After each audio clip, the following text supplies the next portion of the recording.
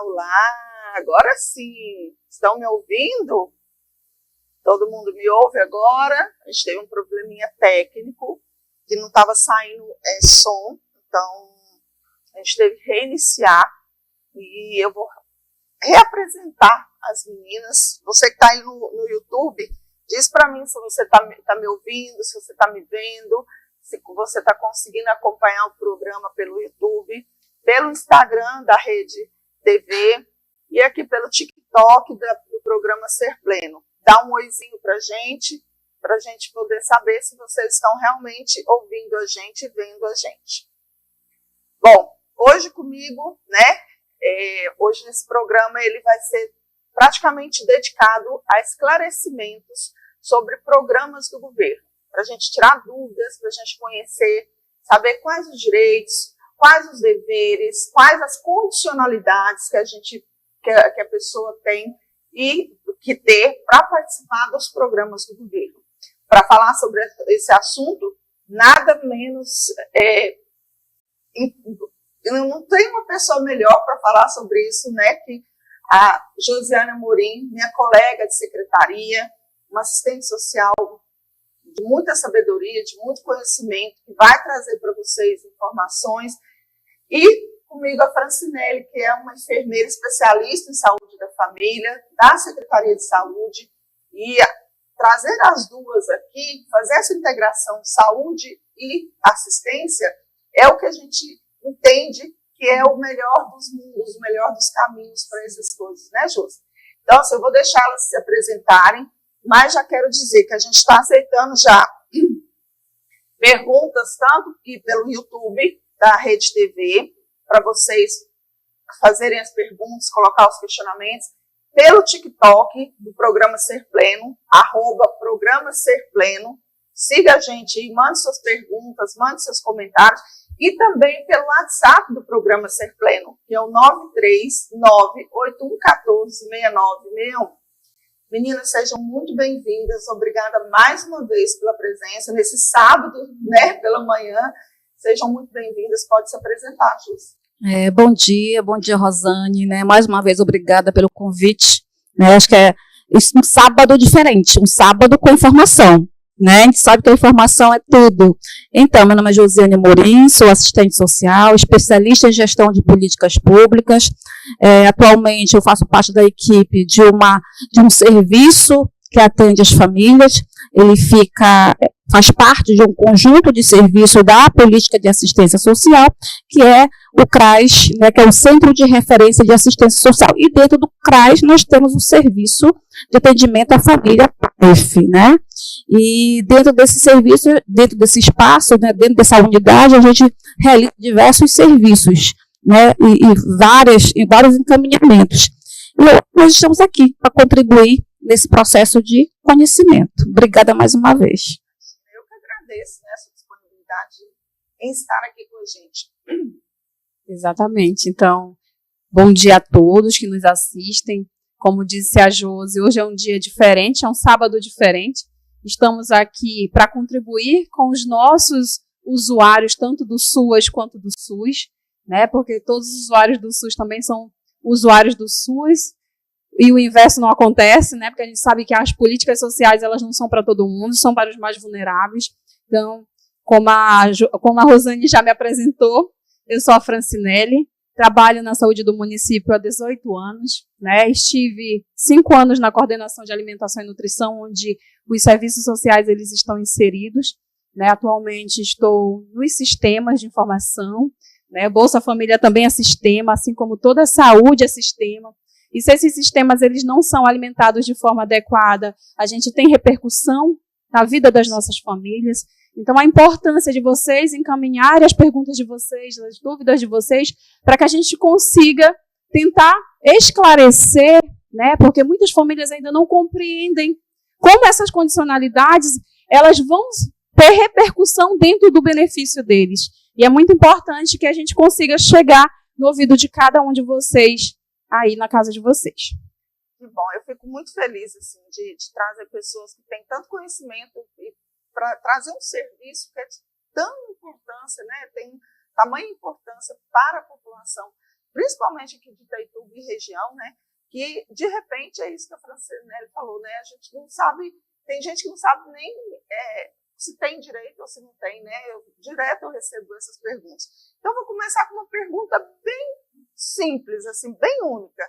O que é o famoso CAD único? O que é CAD único? As pessoas falam e fica todo mundo, né? Isso, e as pessoas fazem ainda muita confusão nessa questão Bolsa Família e cadastro único, né? Eu faço inscrição no Bolsa Família. Não. Né? Então, vamos aqui, né, esclarecer, desconstruir isso, né? Então, CAD único, a gente resume, né, mas é cadastro único, né, do governo federal. O cadastro único, na verdade, é uma ferramenta hoje, um instrumento super importante, né, para as políticas públicas, para a inclusão daquelas famílias que realmente precisam estar nos programas sociais. Então, o cadastro único, ele identifica, ele caracteriza aquela família, né, que está no perfil desse cadastro único, e lá dentro desse cadastro a gente coleta informações da pessoa, das condições de moradia, das condições de trabalho, né, da renda, a caracterização daquele ambiente familiar.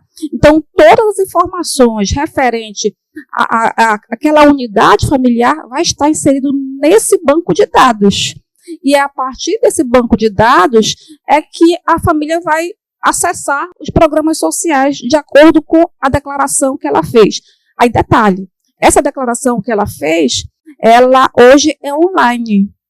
Na medida que ela chega até o atendimento hoje dos setores, né, onde há uma base de cadastro único, quando ela joga o CPF, hoje não é mais o NIS, o carro-chefe, é o CPF, e aí, quando ela joga o CPF, então, todas as informações já estão ali, naquela base, porque ele faz todo o levantamento junto aos todos os sistemas. Então, hoje é online, então, como houve uma mudança, uma reformulação no cadastro único, que hoje utiliza o DataPrev, né, que é um sistema também, então, ele já, quando a gente joga o CPF, não tenho renda, mas quando eu jogo o CPF da pessoa, ele busca, né, todas as informações, então, a gente só vai confirmar ou acrescentar algo, né, que a família trouxe ali, um endereço, um outro membro familiar, né, que não estava mais, passou a integrar aquela família, mas principalmente a escola já consta ali, até mesmo os dados da saúde, né, já constam ali. Então, hoje, o cadastro único é isso, identificar as famílias, né, para que ela possa fazer parte dos programas sociais. E quais programas sociais? Quais são eles? Quais? Eu deixo para você, se você vai continuar ou continuo. Posso falar? Peraí, eu quero fazer um link aqui com a Francinelli aqui. O que tem a ver o CAD único com a saúde? Como nós sabemos, o cadastro único, nós temos o Bolsa Família que está inserido dentro do programa do Cadastro Único, e o Bolsa Família, ele é um programa intersetorial, interministerial, né? Nós temos 3 grandes ministérios que atuam diretamente, né? Que hoje, antigamente era o Ministério do Desenvolvimento, e agora tem uma roupagem muito maior, né?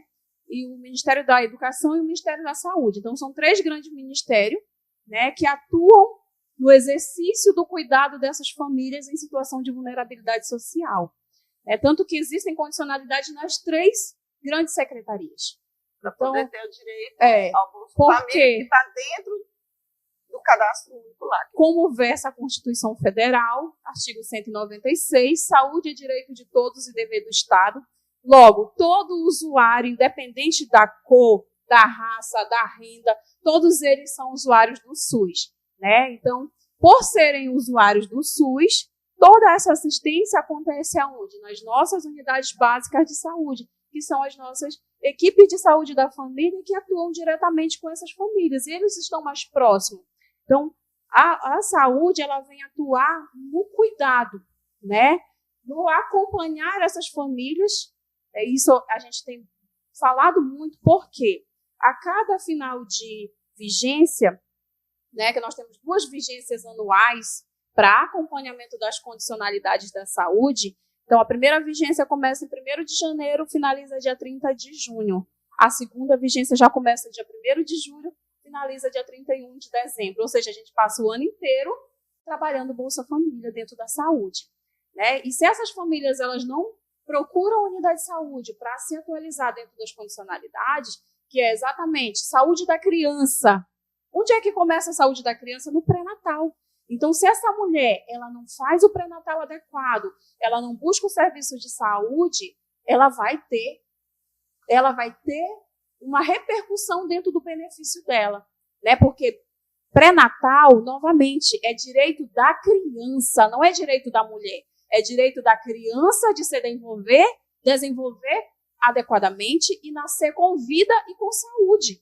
E logo em seguida ao nascimento, vem o quê? O direito da criança que deve ser garantido, que é teste do pezinho até os 7 dias de vida, o ideal no 4º dia de vida, é receber a visita do agente comunitário de saúde na primeira semana de vida, para que esse profissional ele oriente essa mãe sobre a amamentação exclusiva, que a amamentação exclusiva até os 6 meses de vida é o nosso chamado selo ouro, é o alimento ouro da criança para que ela consiga depois adentrar uma alimentação adequada e saudável e que ela consiga ter o pleno desenvolvimento.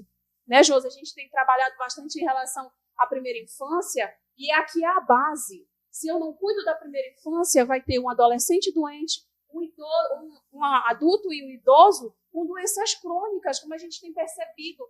Ao longo dos anos, a própria hipertensão e a diabetes ela tem tomado um percurso diferente, que antigamente era doença de adulto e idoso, agora a gente está tendo diagnóstico de 25 a 40 anos, cada vez mais precoce, porque a gente tem percebido que a amamentação foi ficando esquecida. Né? Na época dos nossos avós, das nossas mães, qual era o alimento da criança? Era o peito. E aí, hoje em dia, com essa vida tão corrida, né, às vezes as mães acabam tendo que retornar para o mercado de trabalho muito mais cedo e elas acabam deixando a amamentação. Porque esse neném deveria mamar exclusivamente sem leite, sem nenhuma fórmula adicional, sem chás, né? Sem as fórmulas deveriam ser uma exceção no caso de crianças que necessitam de fato. Exatamente. Né? E não uma condição para uma mãe facilitar a vida, né? Para meio que facilitar a vida. E aí a gente vai percebendo o quanto essas coisas foram se perdendo ao longo dos anos, né? E outro fator primordial, estava conversando com a Josi, novamente tivemos repercussão, porque a primeira vigência, a repercussão é no mês de setembro. Então, no mês de setembro começam os bloqueios. Então, se a família vem de diversas outras vigências com penalidades, chega um momento que tem o bloqueio. Né? E a gente tem o primeiro bloqueio, que bloqueia 30 dias, mas no mês seguinte ela consegue retomar o benefício. Se permanecer, tem o segundo bloqueio, que aí é 90 dias, essa família não vai ter direito a esse retroativo. E, por fim, se essa pessoa já vem de um bloqueio, um outro bloqueio, ela vai para o cancelamento. E aí é isso que as famílias não compreendem. Joga a culpa lá no CRAS. E na saúde também. Foi o meu agente de saúde que não me acompanhou. Não é verdade, gente. O agente de saúde, ele acompanha. Mas ele tem que dizer a verdade que essa família está apresentando. Se essa criança não está em dia com a vacina, ela vai dizer que não está em dia com a vacina. Se essa criança não está em dia, né, com a escola não vai fazer o censo. Como é que a escola vai colocar a presença dessa criança que não está indo para a escola? Não tem como. Né? Se essa mulher não vai ao pré-natal, que pré-natal não é só ir lá na consulta médica e na consulta de enfermagem, não. Pré-natal, essa mulher precisa passar pelo odontólogo, porque é direito dela. Hoje o pré-natal odontológico ele está muito mais evidente, né? Porque as doenças da boca elas têm trazido consequências para a saúde da população. E por vários e vários anos ela foi deixada de segundo plano, e ela não é segundo plano. Saúde da boca é essencial para essa grávida e para esse neném. Né? Então, se essa mulher ela não é avaliada por um profissional especializado, um profissional lá da nossa unidade de saúde, e acompanha essa saúde da boca, ela pode ter um aborto espontâneo.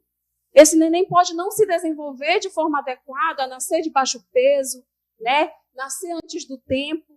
E aí a gente vê as consequências futuras, porque um bebê prematuro, gente, ele tem. Ele exige um cuidado redobrado, ele exige um cuidado diferenciado, né? E aí a gente vem falar também sobre a questão da vacina, que a gente teve agora mais de 1.000 famílias que foram repercutidas por bloqueio, né, de 30 ou de 90 dias, porque já haviam divergências anteriores que não tinham vacinado suas crianças. Vacina é direito da criança, está lá no ECA. Né? Nossa responsabilidade como maior responsável dessas crianças é resguardar a vida, a segurança, e quando eu falo em resguardar, eu vou trazer os programas sociais, eu vou trazer os programas de saúde, eu vou trazer os programas da educação, do meio ambiente, porque só se tem saúde plena da criança quando todas essas situações são sanadas. Né? E aí eu não vacino. Mas eu não vou vacinar meu filho. Como essa semana a gente teve várias famílias que chegaram lá, crianças que já tinham problemas pulmonares, né? Criança que fez cirurgia do pulmão e a mãe não vacinou de Covid. Eu falo mesmo com toda sinceridade, né? Olha, mãe, se essa criança ela já tem um problema no pulmão, aí mesmo é que eu tenho que garantir que ela esteja protegida contra qualquer doença, principalmente de veiculação respiratória, né? Que a gente tem aí vários, não é só Covid, não é só influenza, e a influenza tem trazido muitas consequências para a saúde das crianças. Eu falo isso porque eu tive isso dentro da minha casa. Meu sobrinho teve influenza B e ele teve que fazer traqueostomia, né? Tá com 2 anos e 7 meses, 2 anos e 8 meses, traqueostomizado. Só nós que somos família sabemos o quanto é difícil você cuidar de uma criança assim, pequena, porque ele precisa ser aspirado de hora em hora, e quando está muito quente ele fica muito secretivo, né? Então, quando a gente fala para essa mãe, olha, mãe, precisa cuidar, exatamente para que ela não tenha, né, que o pleno desenvolvimento dessa criança aconteça de forma adequada. Sim. Né? E isso tudo que a Francinelli está falando é o que a gente está falando aqui dessa conversa entre as secretarias, né? Como é importante, e você fala, né, do bloqueio, né? E a gente vê muito isso, né, Josi? Às vezes eles vão lá no CRAS brigando, né? Já chegam brigando, você bloqueou o meu benefício, você bloqueou, né? Mas não fomos nós, né? Foi todas essas condicionalidades que a Josi vai depois expor, que também, e que você já falou em relação à saúde, que leva a isso. E qual a importância, né? O que a gente precisa fazer em relação a isso? Exatamente. E aí eu vou só puxar um gancho lá do nosso bendito Auxílio Brasil, né? Que quando ele foi reformulado, as diretrizes, ele veio exatamente para mostrar para a família o que é direito. Não é uma imposição, é um direito. E direito não é para ser discutido, direito é para ser garantido. Né? E nós temos hoje uma cobertura muito boa de saúde da família no município. Né? Até a última pontinha lá no garimpo a gente consegue chegar, a gente consegue assistir. Antigamente a gente podia até reclamar que a gente não tinha vacina, que não tinha acesso, mas hoje nós temos cobertura. Né? Todas as unidades de saúde elas têm sua área de cobertura e o município de Itaituba ele não tem nenhuma área descoberta por ESF, por saúde da família. Pode, às vezes, até ficar um pouquinho mais distante, porque tem unidade que assiste 2 bairros, né? Mas aquele território, ele tem uma unidade que assiste ele. Né? E a gente tem buscado, enquanto Secretaria de Saúde, levar o acesso aos serviços que tem dentro da unidade para o território, para essas populações remotas. Vocês têm acompanhado, vocês têm visto aí nas redes sociais. Hoje mesmo nós estamos com uma equipe em zona rural para fazer atendimento, né, em 2 garimpos, porque se percebeu a necessidade desses serviços chegar até a população. Né? Aquela população que não consegue vir para a cidade, aquela população que não tem dinheiro, muitas vezes, para ir na unidade mais próxima, porque a gente sabe que a área de garimpo é caro, às vezes é um salário mínimo para uma pessoa. Imagine uma família que tem 2, 3 crianças trazendo para a cidade para vacinar muitas vezes. Ou mais, essa mulher para fazer o preventivo. Então, nós temos feito isso enquanto Secretaria de Saúde, né? Tem chegado o serviço até a nossa população. O que falta é a adesão por parte da população. Eles precisam aderir porque é um direito deles, né? Preventivo é direito da mulher, foi garantido por mulheres que lutaram lá no passado, né? Porque eles não tinham acesso As mulheres morriam constantemente no puerpério, né? Porque não tinha esse cuidado no pré-natal, não tinha esse cuidado no parto, não tinha esse cuidado no puerpério. E as mulheres foram para a luta. Foram os movimentos feministas, né? Os movimentos sociais que foram à luta e disseram: nós temos direito, nós queremos esse direito.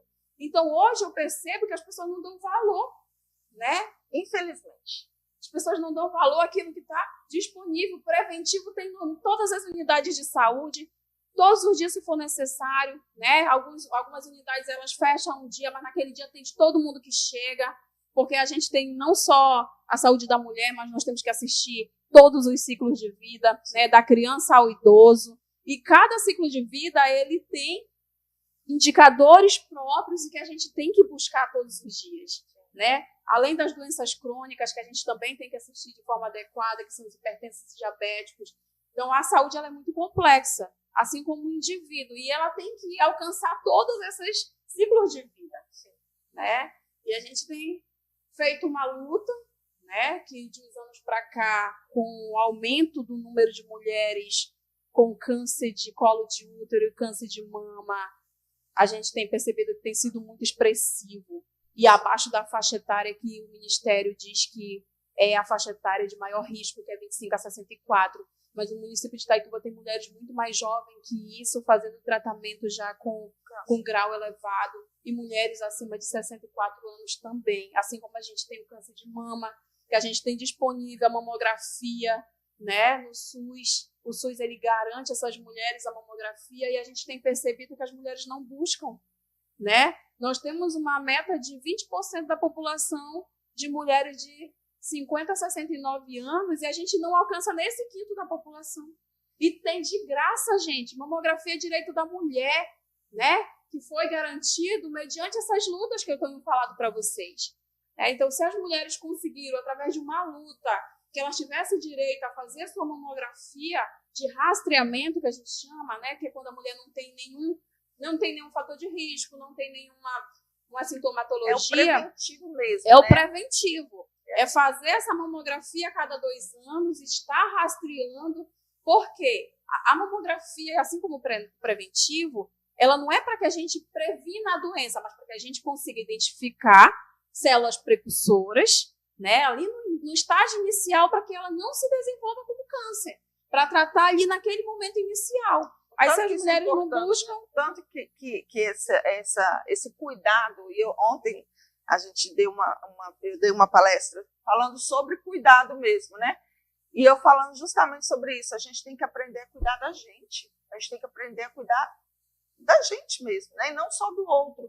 Então, fazer uma prevenção, né, uma garantia que você tem, é um direito seu e é um cuidado seu. Exatamente, está ali, a Francine explicou e com tanta propriedade, é um direito que foi garantido há anos, né? E o que a gente está fazendo? E o que as mulheres estão fazendo? Aí tem um medo.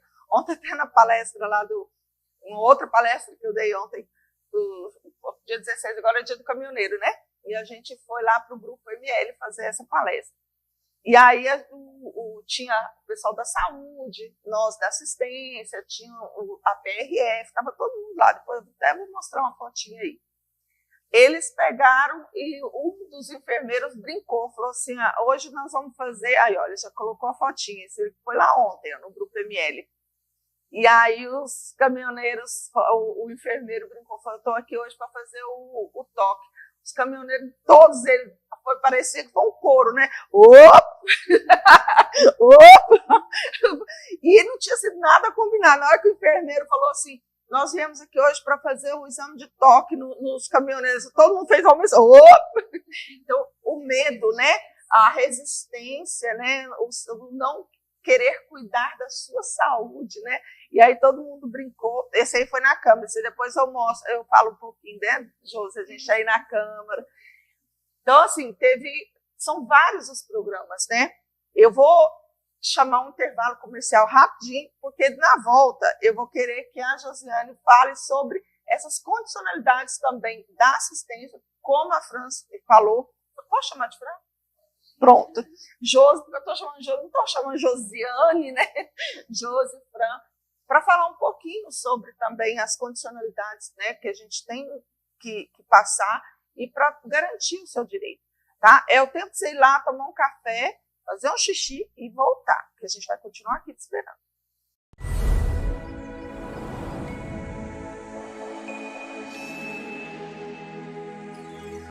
De volta ao programa Ser Pleno. Nossa, esse negócio aqui não ficou bom aqui, né? Mas tudo bem. Tá alto aqui.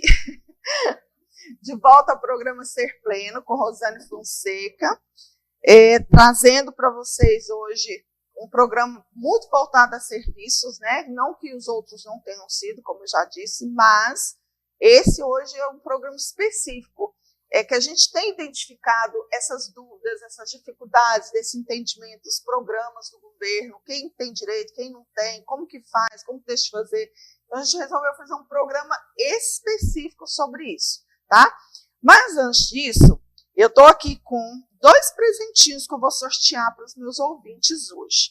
Essa Bíblia, que foi um presente, deixa eu colocar aqui, um presente da minha amiga Eluane, lá do Rei do Carote. Que ela, olha que coisa linda essa Bíblia, gente. Olha que coisa mais fofa. Encapada, achei isso linda, né, tá?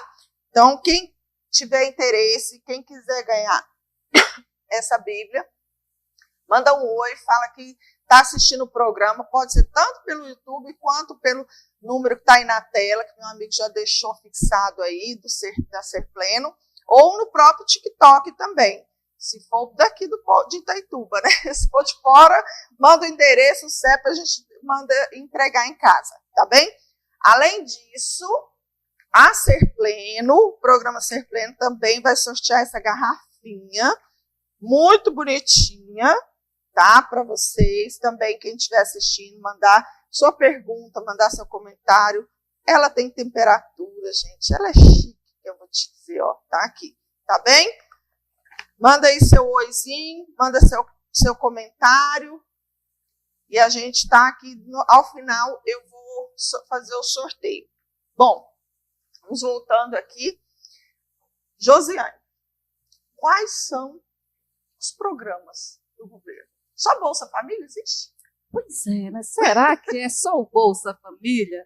Então, nós temos mais de 20 programas sociais. Mais de 20 programas sociais. Então, como falei logo no início, o cadastro único ele é uma ferramenta de programas sociais. Entre eles, o programa Bolsa Família, que é o programa, digamos, carro-chefe. Mas nós temos o BPC, que é o benefício da prestação continuada para pessoas, né, idosas, acima de 65 anos, e pessoas com deficiência, com problema de saúde, que está incapacitado para a vida laboral. Se tiver, né, como comprovar, faz todo o processo junto ao INSS. Se estiver ok, né, a pessoa tem acesso a um salário mínimo. Não é aposentadoria, é um benefício assistencial, que é gerenciado, né, aí pela Previdência Social. É um direito dessa pessoa, né, está previsto na Lei Orgânica da Assistência Social. Então, a pessoa que estiver dentro, atender os critérios de renda e estiver com essas condicionantes, ele tem acesso ao BPC. Nós temos o ID Jovem, que é um programa também voltado aos jovens, até 29 anos. Ele pode baixar o aplicativo ID Jovem e ele tiver no cadastro único e tiver com condicionante de renda, ele com acesso ao Acesso Gov, ele tem direito de baixar essa carteira e dá direito a descontos em eventos esportivos, culturais, acesso também à questão de passagem, 50%. Nós temos também a carteira da pessoa idosa, que é através do cadastro único. É um outro documento que a pessoa idosa pode solicitar junto às unidades da assistência, ou mesmo pelo site, né, do Passe Livre, da carteira do governo federal. Nós temos também, para quem for fazer concurso público, pode também solicitar isenção se estiver no cadastro único. Nós temos também cisternas, nós temos programas sociais como Minha Casa Minha Vida, que é também através do cadastro único. Nós temos, hoje nós temos também um programa voltado para o Vale Gás, né, também é outra forma de acesso, e hoje o governo federal, a questão da carteira de habilitação, também é um outro programa federal que também é através do cadastro único. Então, são diversos programas sociais. Até carteira de habilitação. Isso. Então, assim, quem que ele vai facilitar? As pessoas que estão nessa condição de renda, de baixa renda, que é o nome dado, né? Mas quem tem direito ao cadastro único, acho que é importante colocar. Não são todas as pessoas. Quem é? O cadastro único, como eu falei, são programas sociais voltados a quem? A famílias que mais precisam, famílias vulneráveis, famílias que vivem com uma renda ali abaixo de 3 salários mínimos. Então, se a família tiver meio salário mínimo por pessoa, ela pode ter o cadastro único. E, com isso, ela tem acesso a diversos programas sociais. Mas eu vou ter acesso a todos os programas sociais quando eu estiver inscrita no cadastro único? Não. Porque cada programa social tem os seus critérios. O BPC tem um critério dele, o IT Jovem, assim como o Bolsa Família.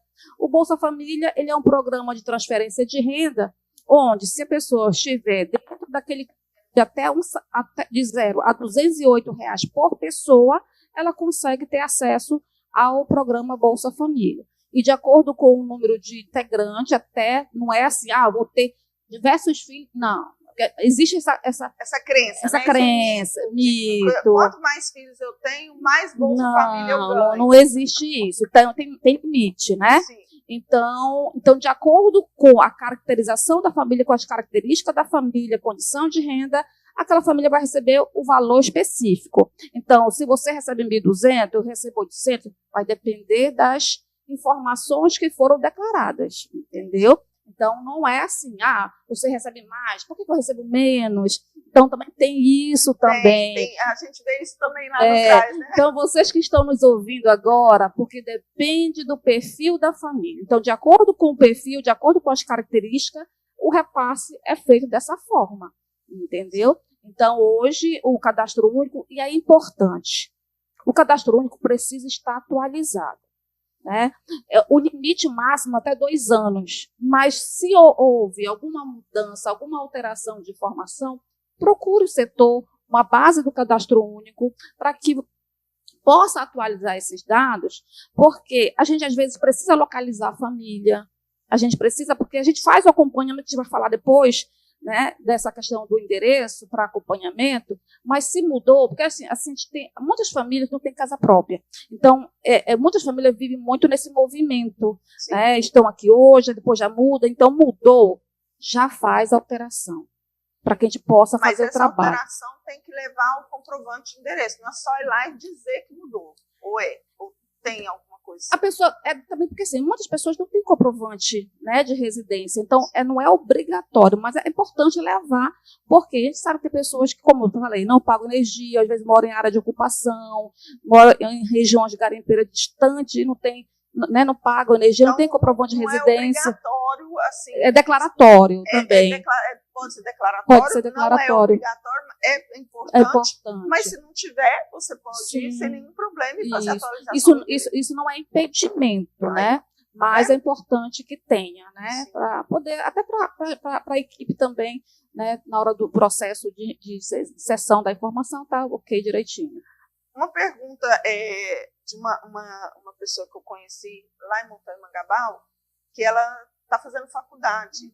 E ela não tinha a carteira de estudante, o benefício lá do estudante, você acabou de falar agora, eu não esqueci o nome, e ela falou, mas eu não posso ter, porque eu já estou na faculdade. Procede essa informação? Bom, como eu falei, cada caso é um caso, né? Se ela estiver no cadastro único e se tiver uma renda até um salário mínimo, ela pode ter acesso ao ID Jovem. Né? Então, a gente precisa avaliar cada caso. Né? Se ela não estiver nesse perfil, automaticamente ela não entra. Né? Nós temos o Pé de Meia, que é um outro programa hoje, é um programa... Existem pessoas que criticam, mas tem outras pessoas, eu já conversei com muitos professores, educadores, que houve sim uma melhoria, não só na fonte de renda que vai para aquela pessoa, mas o retorno daquele jovem para a escola, porque a proposta é isso, né? O jovem, né? A evasão escolar é muito alta, principalmente dessa faixa etária, e isso contribuiu, entendeu? Para esse retorno desse jovem para a escola. E a proposta é isso. A proposta do programa não é só transferir o recurso, mas que aquele jovem possa voltar para a escola, para que futuramente ele possa estar no mercado de trabalho e, com isso, né, todo o processo que deveria ser, né? Sim. Formação, mercado de trabalho e ser autônomo, ser independente, não precisar, né, dos programas sociais, porque a ideia dos programas sociais, principalmente de transferência de renda, não é ele ficar ali por muito tempo. A ideia é o quê? É uma transferência de renda para que ele consiga ali ter acesso aos serviços e que ele possa superar aquelas fragilidades ali das necessidades básicas, mas com isso também, junto com o poder público, fazendo parte de capacitações, qualificações, indo para o mercado de trabalho e depois sair. E aí acho que é importante também reforçar, porque a gente tem muitas famílias, que é uma pesquisa que saiu do governo federal, inclusive, que hoje o mercado de trabalho teve um recrutamento muito grande de pessoas que eram beneficiárias do programa Bolsa Família, porque quando você entra no mercado de trabalho, se você declara isso lá no Cadastro Único, você não perde automaticamente o programa, o benefício. Você ainda fica um ano ali garantido, mas diminui o valor. Mas para quê? Para que você possa ainda ir se organizando, mas a ideia é você ser autônomo, você ser independente. Olha, né? gente, que interessante. A proposta é essa, né? Porque não ficar tutelado aos programas sociais. Né? Porque o programa é para que ele possa sair daquela situação, contribuir para que ele possa ali garantir o básico, né? Mas não é uma aposentadoria, ele não é eterno, né, Fran? E ele era para ser de curto prazo, porque aquela família, mas sabe que existe uma série de situações de contexto, né, de desigualdade que ainda impera, ainda, né? Mas a gente ouve muito isso, né? A gente vê muito isso, as pessoas com medo, às vezes, de dar um passo adiante e perder o benefício. E essa informação é de suma importância, né? Você ter direito trabalhista, acho que o mais importante é isso, né? Você ter direito, né, uma carteira de trabalho, você ter ali no final do ano o 13º, né? Aposentadoria. Né? Ter direito às suas férias, né? Ser reconhecido, ter direitos às outras coisas, né? Quando você... E contribuir para o crescimento do Brasil, contribuir para a sua formação profissional. Porque todo mundo contribui, porque se o programa vem amenizar aquela situação que ela está vivenciando, e se de repente ela conseguir, a gente também, como falei, o poder público fomentar, né, a questão do mercado de trabalho, da geração de emprego. Sim. Então, acho que na verdade o programa é isso, né? É um ciclo, eu transfiro, a família é acompanhada, ela insere no mercado de trabalho, depois ela sai e dá vez para outra pessoa que está precisando, porque assim, o Bolsa Família ele tem uma cota, digamos assim, por município, né? Eu vou lá no cadastro, hoje eu vou receber, não, dependendo do número de pessoas que estão ali, vai precisar sair umas e entrar outras. Né? Mas o interessante é isso, você superou, você saiu, conseguiu emprego, né? Então, vá lá no setor, já informe, entendeu? Acho que é importante, né? Porque a gente sabe que é um complemento a mais, vai fazer diferença? Faz, mas a gente tem que pensar também que existem outras pessoas que não estão recebendo e que precisam. Se eu conseguir hoje um mercado de trabalho, se eu estou trabalhando, se eu conseguir me organizar financeiramente, e aí eu posso declarar isso. Até porque hoje o Cadastro Único, como falei, o CPF é o carro-chefe. Então, hoje, né, se houve alguma alteração, ele já vai estar ali automaticamente puxando. Não tem como. Os sistemas ficaram integrados, né? Antes não era integrado, né? Era pelo NIS, né? E como falei, é online. No momento que eu chego ali, ele já puxa todas as informações. Pelo fato de ser online, ser integrado, as informações chegam muito mais rápido. Sim. Tá ali, você clicou ali no CPF, já é o raio-x do cidadão. Né? A gente hoje não tem como você dizer assim, não, vou mascarar, eu não vou declarar, não tem como mais. Entendeu? Porque é automático. Graças a Deus, né? Porque assim você garante o direito a quem de fato merece, né? Isso. Fran, ela falou bastante aí do Bolsa Família, né? Do CAD único, né? Que é uma coisa que o povo acha que é só da assistência social, né? E aí? Mas aí eu coloquei uma pergunta aqui. A saúde também tem papel aqui, não tem? do cadastro único, como você já falou, né? Que as pessoas, o que você, como enfermeira de saúde da família, pode falar sobre isso? Que tipo de orientação você pode passar? Como a gente estava falando sobre todos os direitos que esses nossos cidadãos têm, né? E um direito que deve ser garantido por todos nós profissionais da saúde, como a Josi estava falando em relação às informações que são muito necessárias e tão cruciais.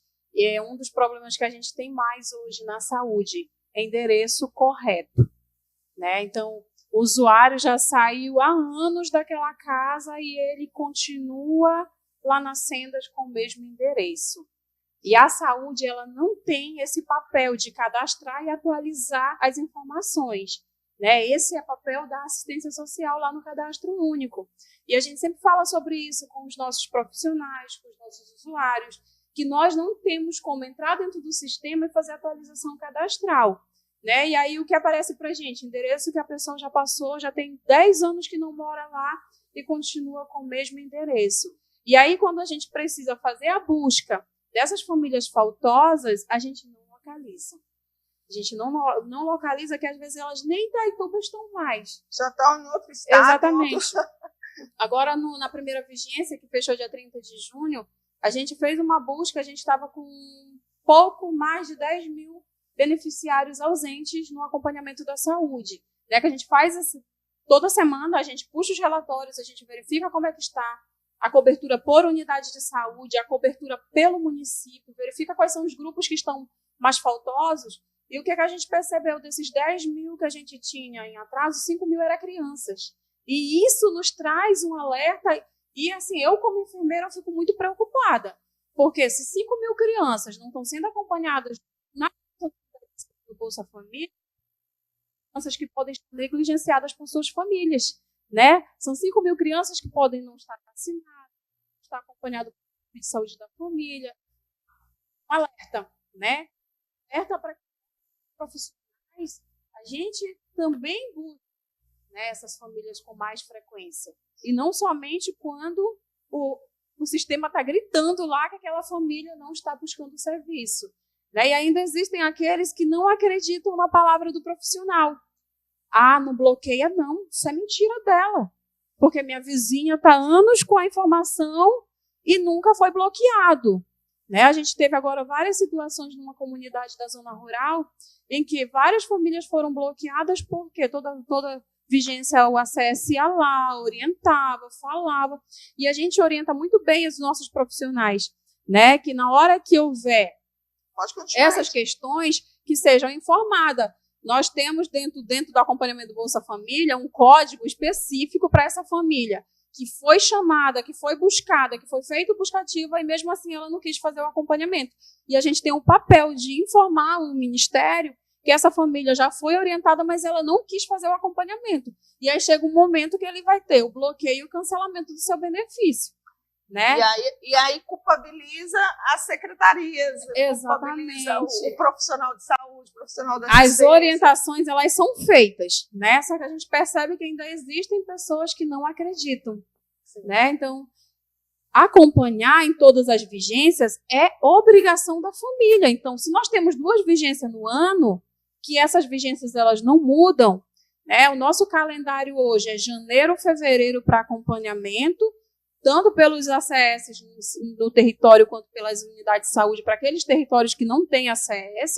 Então, hoje o ACS ele vai de casa em casa fazer o acompanhamento e, às vezes, quando chega lá, ainda tem família que diz, não, o documento das crianças está na casa da mãe. Não, eu fui para a colônia, ficou lá. Quando é na colônia, não, eu deixei na minha casa lá na cidade. E aí, muitos ACS têm dificuldade de fazer o acompanhamento porque o nosso sistema ele ainda não atualizou bonitinho igual ao do cadastro único. Né? O nosso sistema ele ainda cobra o NIS, a gente não consegue fazer sem o NIS. Então, às vezes, a gente precisa dessa informação e a família não está com todas as informações disponíveis. Inclusive, carteira de vacina. Zona rural, a gente tem muito problema. Porque quando o ACS vai fazer o acompanhamento, ou quando as equipes vão fazer o acompanhamento, eles não ficou lá na casa da minha mãe, lá na cidade. Você pode trazer no próximo mês? Chega no próximo mês, não levou. Aí, no próximo mês, não levou. E aí vai ficando nisso. Quando chega ao final da vigência, se essa família não apresentou a caderneta de vacina, teoricamente não está em dia. Porque se eu não vi, né? Se eu não vi essa caderneta, exatamente, se eu não vi essa caderneta, eu não consegui avaliar, teoricamente está em falta. Então não tem como a gente informar que uma criança ou uma família, uma determinada família está em dia com a vacina se eu não verifiquei isso. E aí vai repercutir lá no benefício dela. E vai repercutir lá no benefício. Se ela já vem de outras vigências com pendências, torna a repetir. Não se bloqueia e nem se corta da noite para o dia. É uma família que vem o tempo todo profissional, batendo na mesma tecla, cobrando, e ele não se adequa, infelizmente ele vai ter o cancelamento no futuro desse benefício. Aí na hora que mexe no bolso, aí todo mundo aparece, né? É. Aí aparece com a caderneta, aparece com o registro da escola, aparece com a atualização de Essa endereço. semana a gente teve bastante famílias, eu acredito que daqui para o final de setembro ainda teremos bastante, né? Porque assim, a gente teve o movimento da vacina da Covid-19, 2021, quando ela surgiu, janeiro de 2021, foi a primeira aplicação da vacina, né? Mas ele entrou para o calendário vacinal obrigatório da criança de 6 meses a 5 anos de idade a partir de 2024.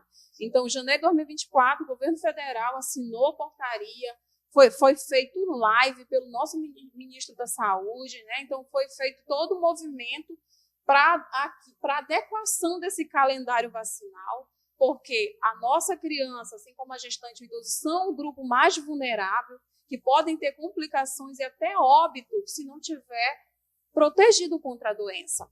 Né? Então, a partir... E a gente não fala só de Covid, né, gente? Todas hoje as a gente está vacinas. vendo doenças voltando Exatamente. por conta de falta de proteção. A gente está vendo tuberculose, que já estava erradicado, está aí voltando, né?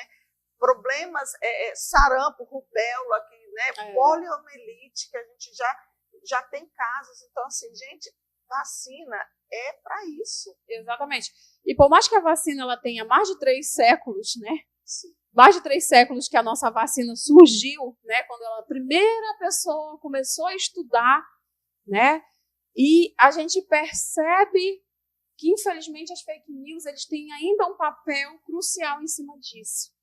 Né? A gente teve um movimento anti-vacina e fez com que muitas famílias, às vezes, por falta de conhecimento, ficassem com medo até de vacinar as vacinas básicas, que o Brasil, antigamente, chegava a mais de 100% de cobertura. Sim. E a gente viu, ao longo dos 10 últimos anos, um decréscimo nessa cobertura vacinal. Mas ela teve o seu auge, né, assim que eu posso falar, de decréscimo mesmo com a Covid-19. Né? Então, vacinas que antes a gente conseguia coberturas ótimas, hoje a gente não consegue. Muito embora nesse 2024 a gente tenha conseguido melhorar, essa cobertura ainda não é suficiente. Né? A gente está vendo aí o movimento da COP30, né? Vai vir delegações de todos os países do mundo, com pessoas que não, de países em que a gente não tem um programa nacional de imunização estruturado como o nosso. O Brasil é o único país do mundo com PNI estruturado que garante 10 vacinas para as nossas crianças, né, menores de 1 ano, para que elas estejam protegidas. Sim. Né? Na verdade, agora são 11. Era 9, entrou Covid-19, né? E a influenza entrou para a rotina da criança. Né? Então, hoje, a criança já faz parte da rotina, todo ano ela tem que tomar a vacina da influenza, porque são os grupos que são mais afetados São e que quando né? eles pegam a doença, elas têm mais chances de complicação, internação e óbito, né? Assim como nossos idosos e nossas gestantes. Sim. Isso também aconteceu com a Covid-19. Né? A gente percebeu que muitas famílias não tomam a vacina e não vacinam suas crianças porque não têm conhecimento. Né? Porque acha que a vacina vai fazer mal. Existe um movimento fora do país, né, especialmente nos Estados Unidos, né, que não é de agora. É um movimento que ele vem de anos, assim, eu digo assim, mais de 20, 30 anos, que tem um movimento nos Estados Unidos que tem pessoas que são contra totalmente qualquer tipo de vacinação. Com o advento da internet, né, isso tomou uma proporção muito mais longe, chegou para a gente. Só que chegou para a gente de uma forma muito distorcida, né? Com a crença daqueles que acreditavam que a vacina era um ser estranho que estava sendo colocado no seu corpo. Sabe aquelas coisas bem aleatórias, bem perdidas mesmo, né? E aí chegou para a gente. E com essa coisa de você acreditar, aí eu atribuo isso a várias coisas, né? Você acreditar em tudo que a internet fala é legal, tudo que a internet fala é bonito, tudo que a internet fala é verdadeiro, e aí você começa a criar fantasias na sua cabeça que são completamente, fantasias não, criar verdades na sua cabeça que são completamente fantasiosas, né? Então, assim, eu acredito que a gente tem coisa que a gente pode adotar, copiar, mas existem coisas que a gente tem que analisar. A gente não pode acreditar em tudo que a gente ouve, porque nem tudo, a pessoa dá um Google lá e acredita que naquela informação do Google. Gente, o Google é um universitário que não concluiu a faculdade, né? Ele está cheio de informações e aprendendo também. Então, você não pode acreditar nisso, né? Então, esse tipo de informação e essa importância, né? E essa coisa de você cuidar de fato, de fazer de fato, trazer essa importância do calendário vacinal, da importância da vacinação, parar com essa coisa, gente, de que vacina vai matar, de que isso.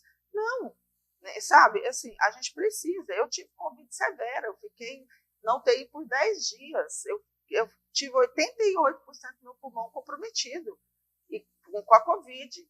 E quando eu saí, eu tomei todas as vacinas. Teoricamente, eu estava imunizada, porque eu tive a doença. Mas eu tomei todas as vacinas. Todas as 3 que a minha idade mandava. E essa questão da imunidade, a gente fala, imunidade passiva, né? Ela não...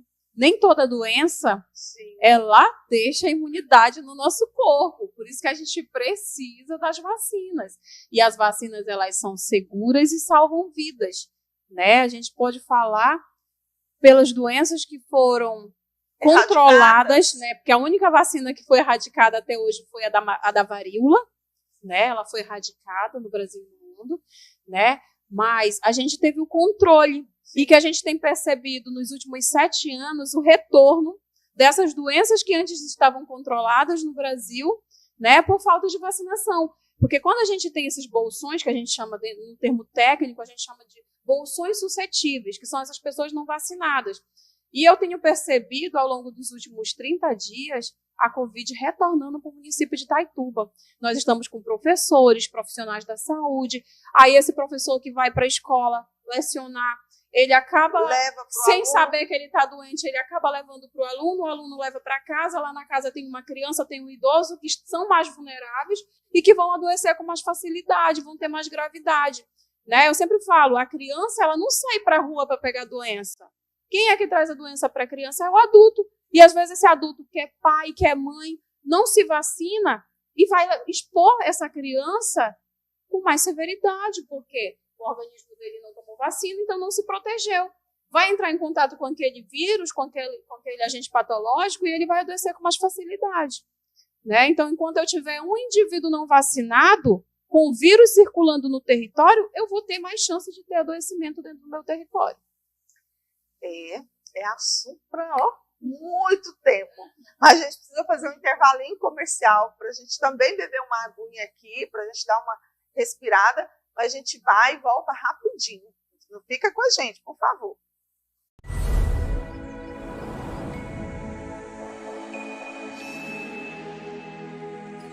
De volta aqui ao programa Ser Pleno.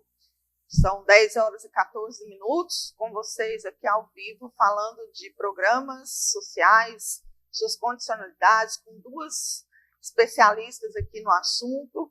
Já íntima aqui da Fran, que agora já é Fran, e da Josi, que já é minha parceira de mais de 4, 5 meses, né, Josi, que a gente está junto. Mas antes de falar, da gente continuar, eu quero fazer uma pergunta para você. Você já concluiu seu primeiro e seu segundo grau? Já conseguiu finalizar os seus estudos para você entrar no mercado de trabalho? A IPA Educacional ela vem com uma nova proposta para finalização dos seus estudos, seja o primeiro ou seja o segundo grau. de forma rápida, de forma segura. A IPA Educacional ela oferece formação rápida, com segurança e tranquilidade no conforto da sua casa. Ou, se você preferir, na unidade que fica ali na Travessa Victor Campos 176, é no mesmo prédio da Faculdade Unopar. Lá você tem acesso a computadores de última geração, novos, para você fazer sua aula e para você concluir os seus estudos e, enfim, entrar para o mercado de trabalho. O EJA EAD que a gente tem lá, né? Então, com mensalidades baratas, que cabem no seu bolso, são divididas em várias parcelas para você não ficar de fora do mercado de trabalho. Então, nunca na vida é tarde demais para a gente estudar. Então, a gente está na hora de começar. Se você ainda começou, mas não concluiu o seu primeiro grau, você tem a chance de concluir. Se você começou e não concluiu o seu segundo grau, tá aí a chance de complementar, terminar os seus estudos. Se você quer fazer os dois também, primeiro e segundo grau, é possível. Basta você levar uma declaração de que você começou o primeiro grau e a partir daí você já faz uma prova lá, uma provinha que chama de avaliação, para saber se você já consegue de fato entrar no segundo grau e fazer os dois juntos. Se você concluir em 5 meses, 4 meses, 6 meses, você está concluindo seu primeiro e segundo grau. Então aí, ó, a hora é agora, tá? Termine os seus estudos de forma rápida, de forma prática, com a IPA Educacional. O endereço fica na Travessa Victor Campos, número 176.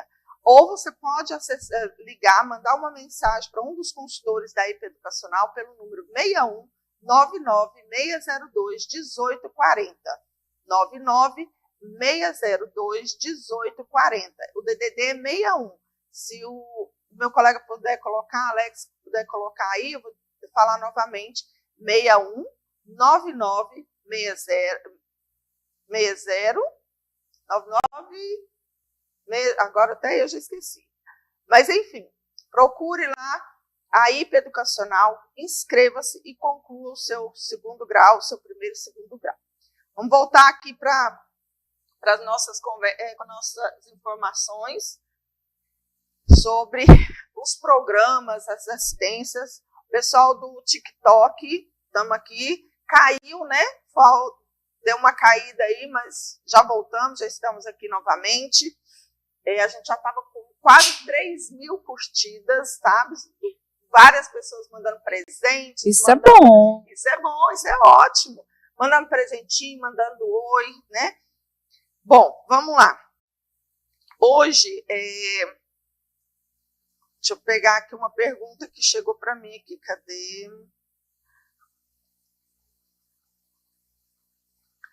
O Bolsa Família. Muita gente acha que o Bolsa Família, de novo, acho que é uma pergunta que eu acho que vocês já até responderam, né? Ela só ajuda financeiramente, esse Bolsa Família, apenas como uma ajuda financeira, mas ele vai além disso, não é como vocês próprios disseram.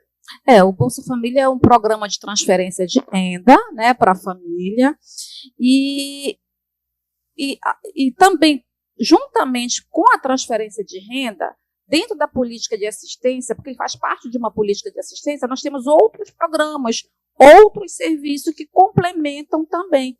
Por exemplo, serviço de convivência para criança, serviço de convivência para pessoa idosa é outro complemento que o programa também faz. Né? Ele casa, né, com isso. Não é só a transferência de renda, é a inserção em outros programas sociais. Nós temos os benefícios eventuais que as famílias, às vezes, por questões mesmo de insuficiência de renda, ela pode também ter acesso, né? É garantido, é um direito da família, que ela pode acessar um auxílio funeral, um auxílio natalidade,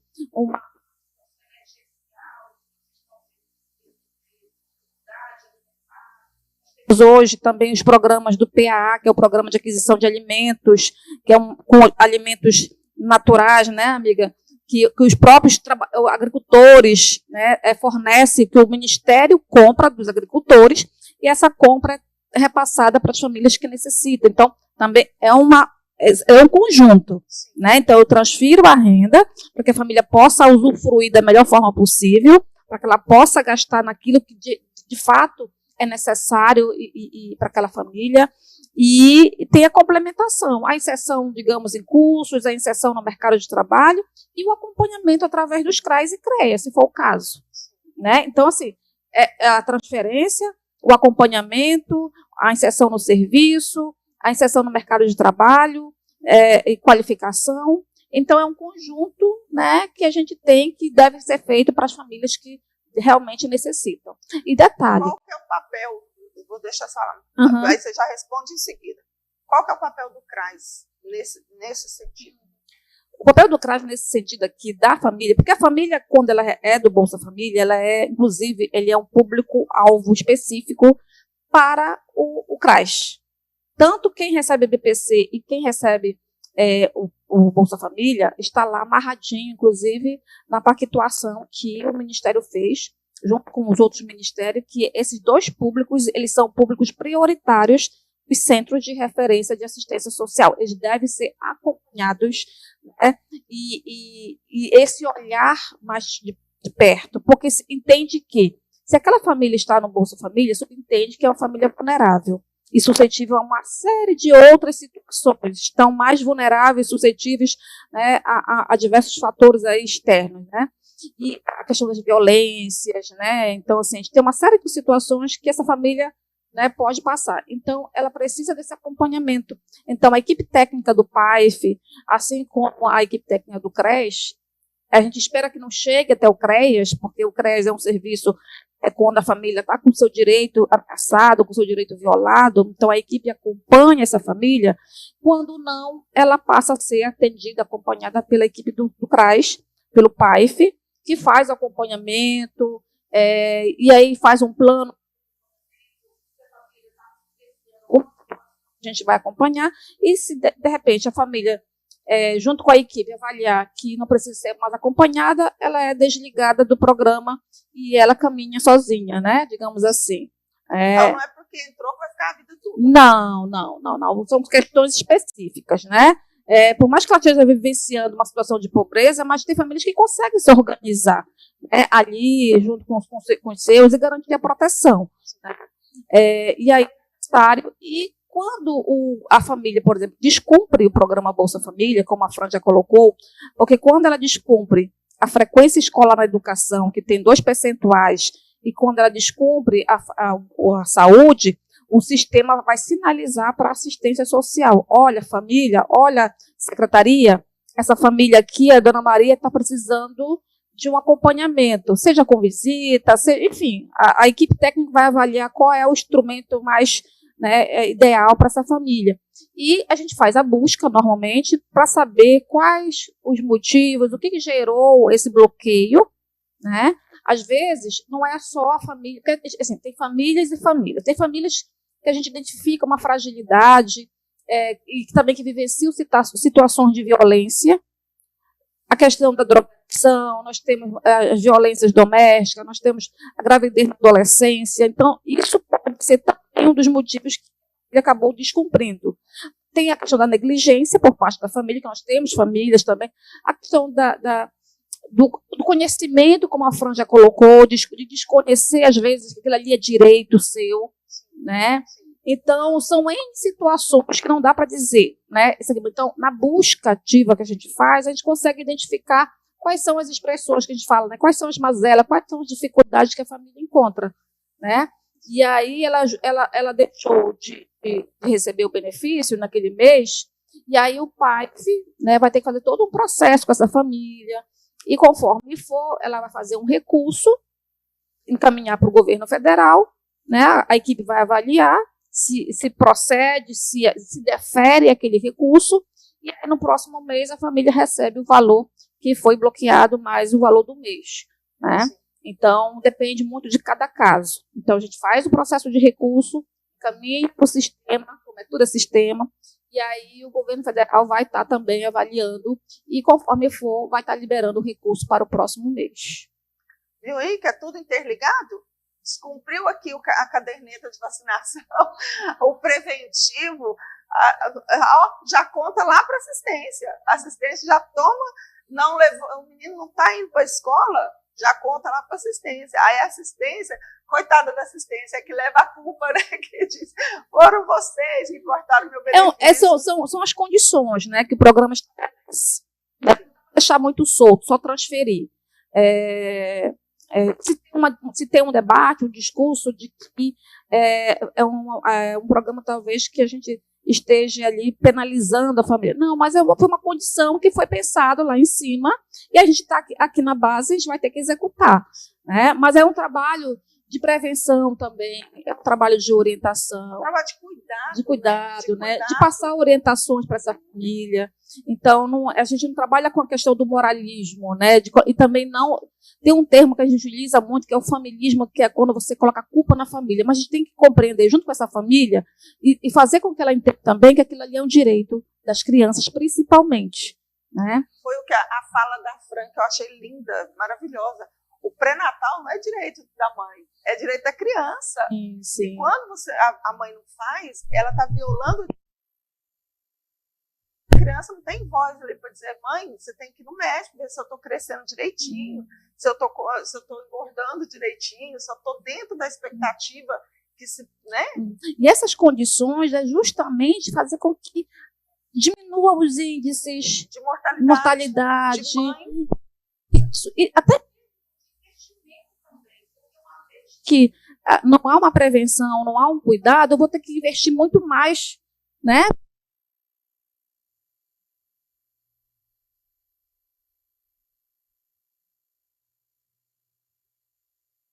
E é tão interessante, né? É tão bonito. Se todos vocês que agora não sabiam disso, mas que agora já sabem, pudessem compartilhar isso com um coleguinha que não está assistindo o programa hoje. Olha quantas informações, quanto aprendizado, né? Falar como é que está a carteira de vacinação, como é que estão seus exames, né? Como é que está seu filho na escola, né? Então, isso tudo faz parte de um processo, até eu digo, evolutivo, sabe? Sim, acho que isso é da gente, de crescimento, da gente saber que o outro também é importante. E nosso foco, como nós duas fazemos parte de uma comissão voltada para a infância, então a gente fala a mesma língua, né, da questão da criança, a gente milita, a gente fala sobre isso, e sempre é voltado para a questão da infância, do cuidado, da atenção. São indicadores que acabam, por exemplo, os sistemas federais, eles conseguem olhar Itaituba, por exemplo, né, Itaituba, a partir desses dados. Mas a responsabilidade é de todos. Oferece, mas a família tem que fazer a parte dela. Né? Tem que fazer a parte dela, porque isso vai refletir, às vezes, também negativamente. Porque se a família não cumpre, passa uma imagem que o município não está indo bem, né, com seus serviços. Então, é todo um processo. Então, inclusive, que a gente vai falar mais um pouquinho depois, o município fez adesão ao selo Unicef. O selo Unicef, ele tem um indicador vacinal, nutricional. Se não estiver bem, ele não vai receber essa certificação, né? Porque se ele tiver ok, ele recebe a certificação de que está no caminho certo, de que a criança está sendo bem atendida, se a criança está sendo bem acompanhada, né? Então, mas depende de todos, né? Da família, do cuidador, do responsável, das equipes, né? do gestor, de todo mundo mesmo. Bom, ela começou a falar desse assunto, eu já vou deixar aqui o convite, né? Eu já vou estender o convite para vocês virem falar sobre isso. Vou estender o convite a Luzimar, que eu acho que é a articuladora, e estender o convite à minha colega, Gabriela, que é presidente, hoje está presidente do Conselho Municipal dos Direitos da Criança e do Adolescente, para falar um pouquinho sobre isso também. Então, eu queria fazer uma grande roda de conversa no meu estúdio novo, que já deve estar ficando pronto para a próxima semana. Então, nós vamos ter um espaço maior do que esse aqui. Então, dá para a gente fazer uma roda de conversa bem gostosa sobre isso e sobre a importância desse selo Unicef, né? Que é um selo que todo mundo quer. E de um organismo internacional, né? É um organismo que ele, há anos, né? Ele vem aí várias edições.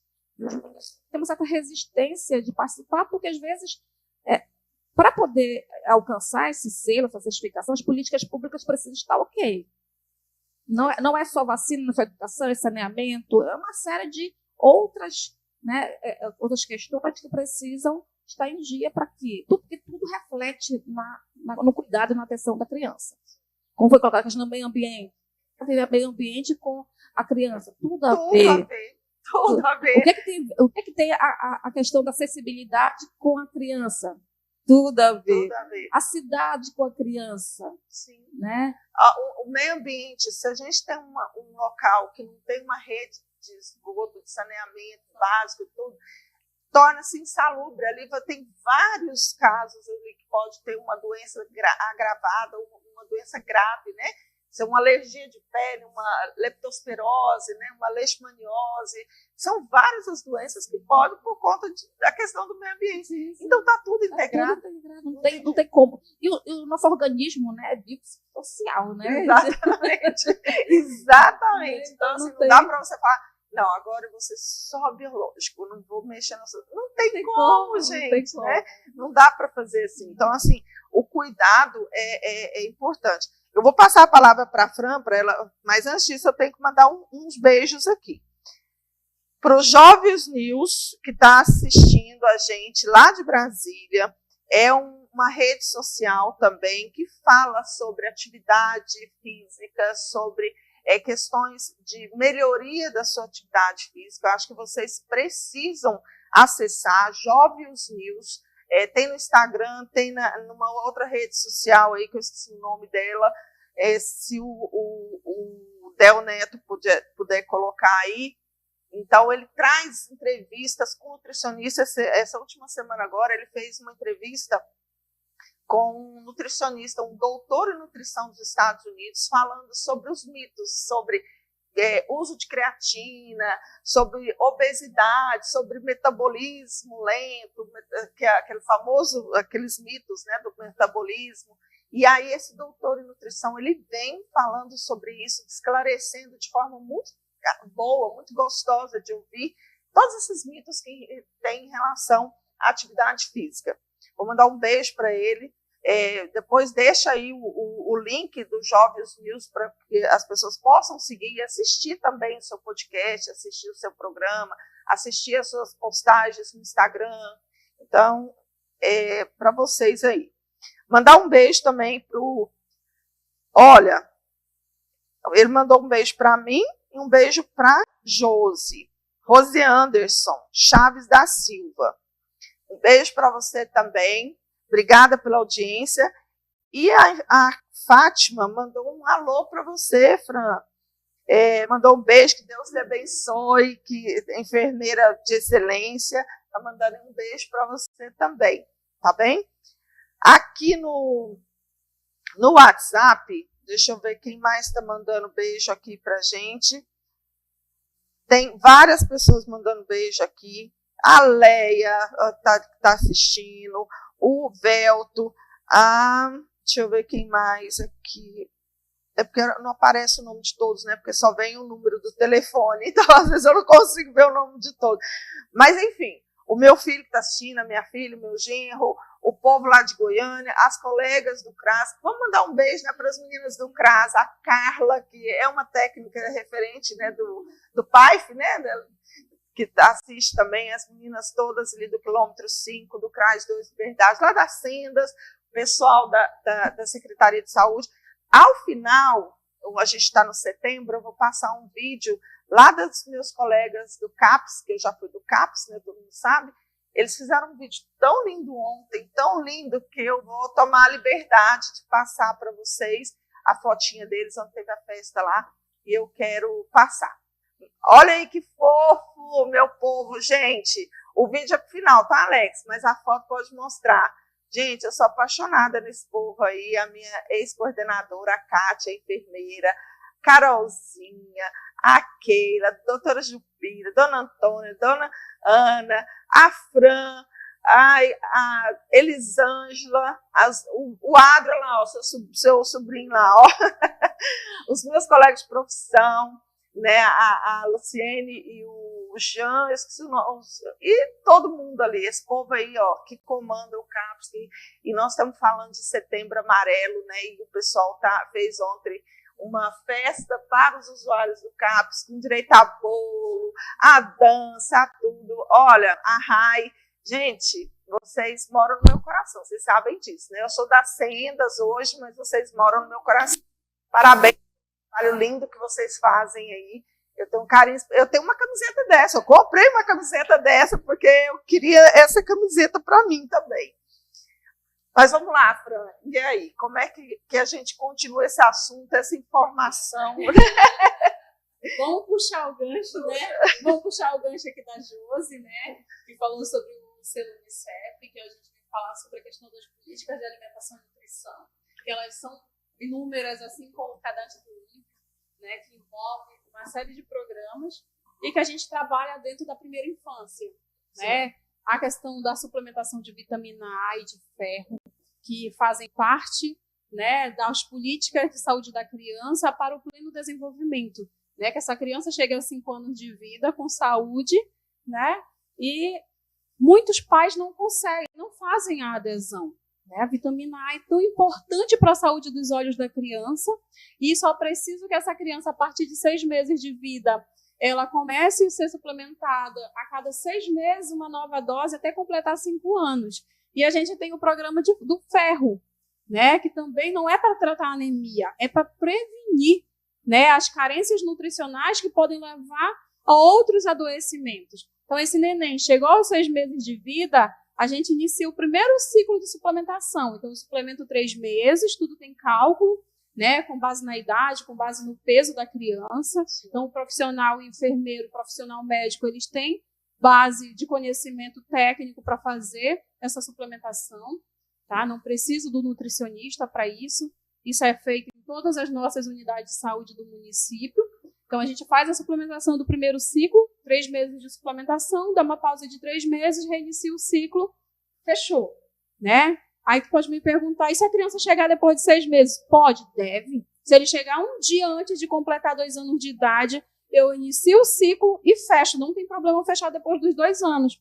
Mas eu preciso suplementar essa criança para que ela não tenha outras complicações. E a gente está aí com o nosso NutriSUS, né, que ele vem para ser um substituto da vitamina A e do ferro, porque ele vai ter no seu componente também a vitamina A e o ferro. Inicialmente não vai ser para todas as nossas crianças, a gente vai permanecer com o programa de vitamina A e de ferro. Aí, aos poucos, ele vai ser feita a transição. Esse programa NutriSUS, ele já está inserido. A gente tem uns 2 anos de luta para que ele realmente funcione no Brasil, na verdade, no governo anterior. E aí não houve, né, a licitação para a compra desse material, mas já está o processo. A gente teve uma capacitação para os profissionais agora em agosto em Belém, né, para os nossos profissionais que trabalham na alimentação e nutrição. E temos aí uma luzinha dizendo que mês que vem, se Deus quiser, até no máximo novembro, a gente vai começar a receber esses sachês. Porque inicialmente, quando o programa foi criado, era a suplementação nas creches, mas não deu muito certo, né? Porque quem é que vai fazer a guarda desse suplemento? Quem é que vai fazer o controle para adição na alimentação dessa criança? Da que é um forma sachê, correta, né? Igual a Pastoral da Criança já fazia, que a gente tinha aquele suplemento, né? Feito o pozinho lá, pois é. Aí vai ser basicamente da mesma forma, né? Vão vir os sachês, de acordo com o número de criança que a gente tem na faixa etária, e para a suplementação completa. Então, quem vai fazer a guarda? Aí, a unidade de saúde, é quem vai fazer o controle e a dispensação desses suplementos. Você acha que isso tem chance de entrar como uma condicionalidade futura? Eu creio que sim, porque hoje todo o Ministério está integrando, né? E como a gente está aí na construção dos planos municipais e o plano nacional da primeira infância, né? Que esse movimento ele é tão certo, não? Foi muito assertivo quando os ministérios se uniram e pensaram, né, em trabalhar a primeira infância, porque de fato ela estava esquecida. Eu converso com as meninas nas nossas reuniões, são muito maravilhosas, e a gente fala muito sobre isso. A gente olha hoje o município, não tem nada para criança. Os eventos não são pensados nas crianças. As praças não são pensadas nas crianças. As faixas de pedestre não são pensadas nas crianças. Aí a gente fica triste porque as próprias calçadas não são pensadas para as nossas crianças. Sim, sim. Né? E o município ele precisa mudar essa postura. A infância é a base da nossa população, é a base do futuro da humanidade. Se a gente não mudar esse pensamento, tanto de gestores quanto dos próprios empresariados, né, que é quem fazem aquelas calçadas irregulares, colocam várias banquetas na frente das lojas, e aí a família às vezes tem que ir para o meio da rua correndo o risco de ser atropelado. Então a gente tem uma série de questões que precisam ser resolvidas, né? E a gente sabe que a gente até fala, temos que chamar, né, o tributo, temos que chamar o meio ambiente, a Câmara Municipal, porque o código de postura do município tem que funcionar, não só no papel, como é hoje. Infelizmente, muita coisa só funciona no papel e precisa ter essa mudança, né? E essa semana a gente participou de um evento na Câmara, né? Pode até colocar a fotinha aí para a gente já falar um pouquinho, sabe, abrir só um parênteses, porque está tudo articulado, está tudo, né? A gente participou aí, ó, o Alice representando a saúde, a minha colega ali, a primeira-dama, a Josi, o pessoal do CREAS. A nutricionista estava lá, faltou ela aí na frente. Olha aí, ó. Isso aí foi o final. Foi um momento em que a gente foi abordado, foi uma sessão, né, lá na plenária da Câmara, falando justamente sobre a violência contra a criança, violência sexual, violência contra a criança e adolescente, né? E a gente teve vários relatos, né? Se você quiser falar um pouquinho também sobre isso, como isso pode impactar também nesse selo Unicef, né? Como isso tem uma... Então, assim, foi um momento de muito conhecimento e que a gente teve a participação de vários vereadores ali, tivemos a participação de uma escola que esteve lá conosco também, né?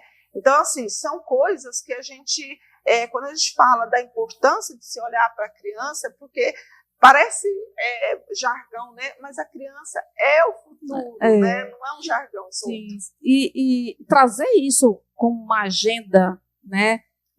Envolvendo todos os órgãos de segurança pública, órgão da Justiça, Ministério Público, sociedade civil, precisamos, porque como o próprio Estatuto, inclusive a própria Constituição, lá no artigo 227, que diz que é responsabilidade de todos. E, infelizmente, aqui em Itaituba, porque tem conexão também, o Bolsa Família, por exemplo, quando a família descumpriu as condicionalidades, quando a gente vai fazer a busca ativa, identifica que aquela criança sofreu uma violência, seja sexual, seja física, né? Então, alguma violação aconteceu ali. Psicológica, emocional, sim. E eu faço parte, atualmente eu estou como coordenadora do Comitê de Gestão Colegiada de Proteção à Criança, e infelizmente os dados, os indicadores não são tão, como se diz, alegres, né?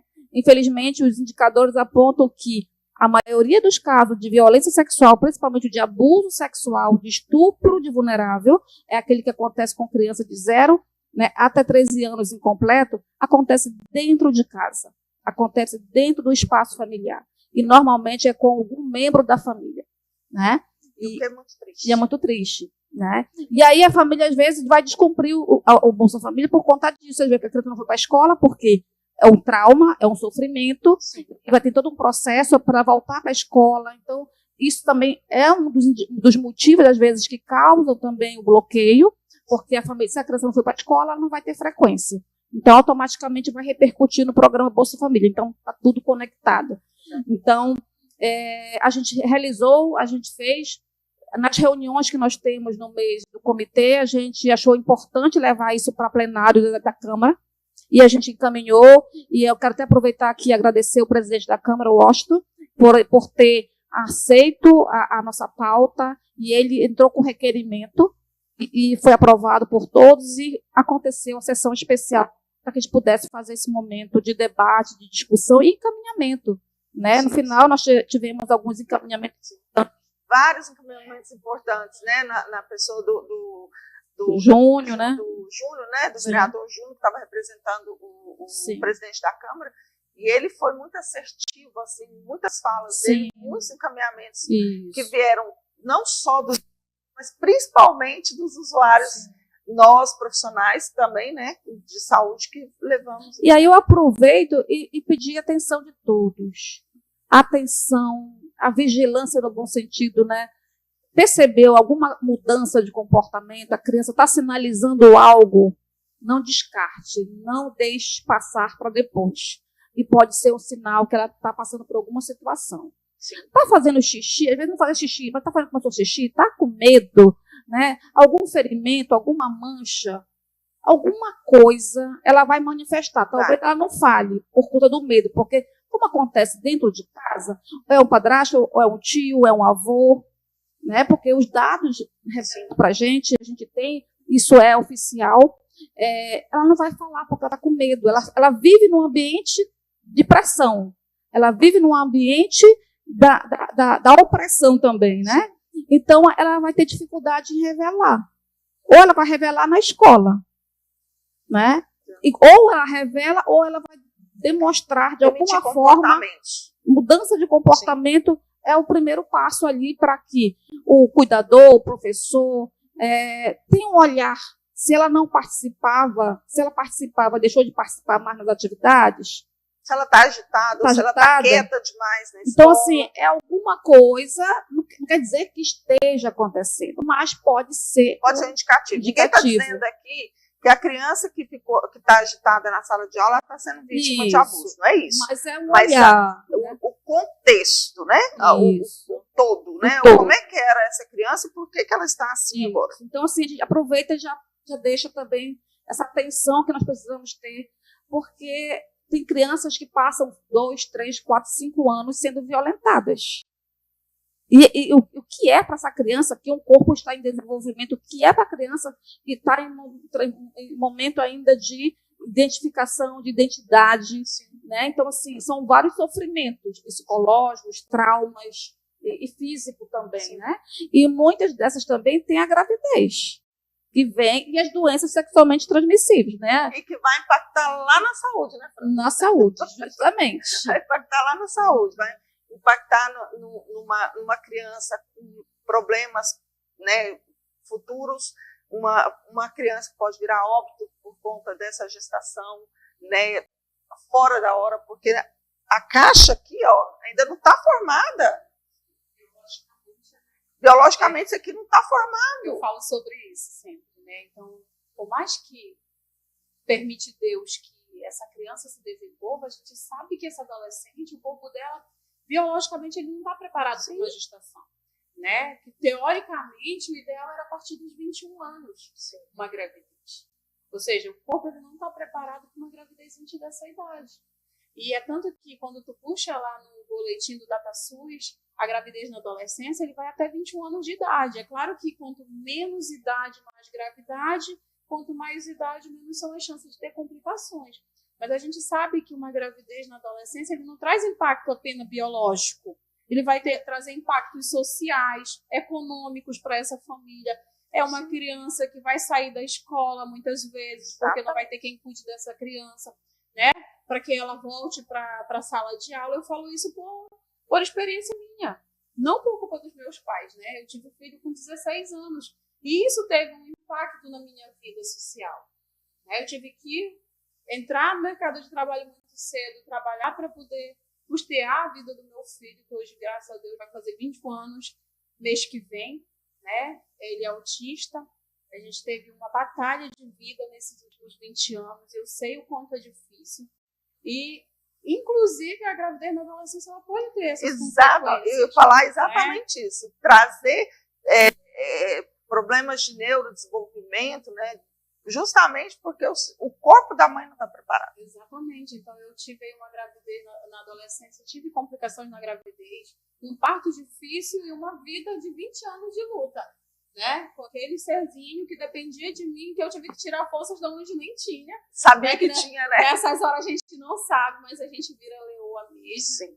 Né? E essa questão que a Josi levantou em relação a gente ter esse olhar, da gente identificar, né, as mudanças de comportamento das crianças, a gente tem percebido o quanto a escola tem sido um aliado para a gente. Eu falo isso sempre aqui. Os nossos professores, que têm esse olhar adequado, esse olhar atento para cada criança, ele consegue perceber quando aquela criança, ixi, aqui está uma coisa diferente, ele não é assim.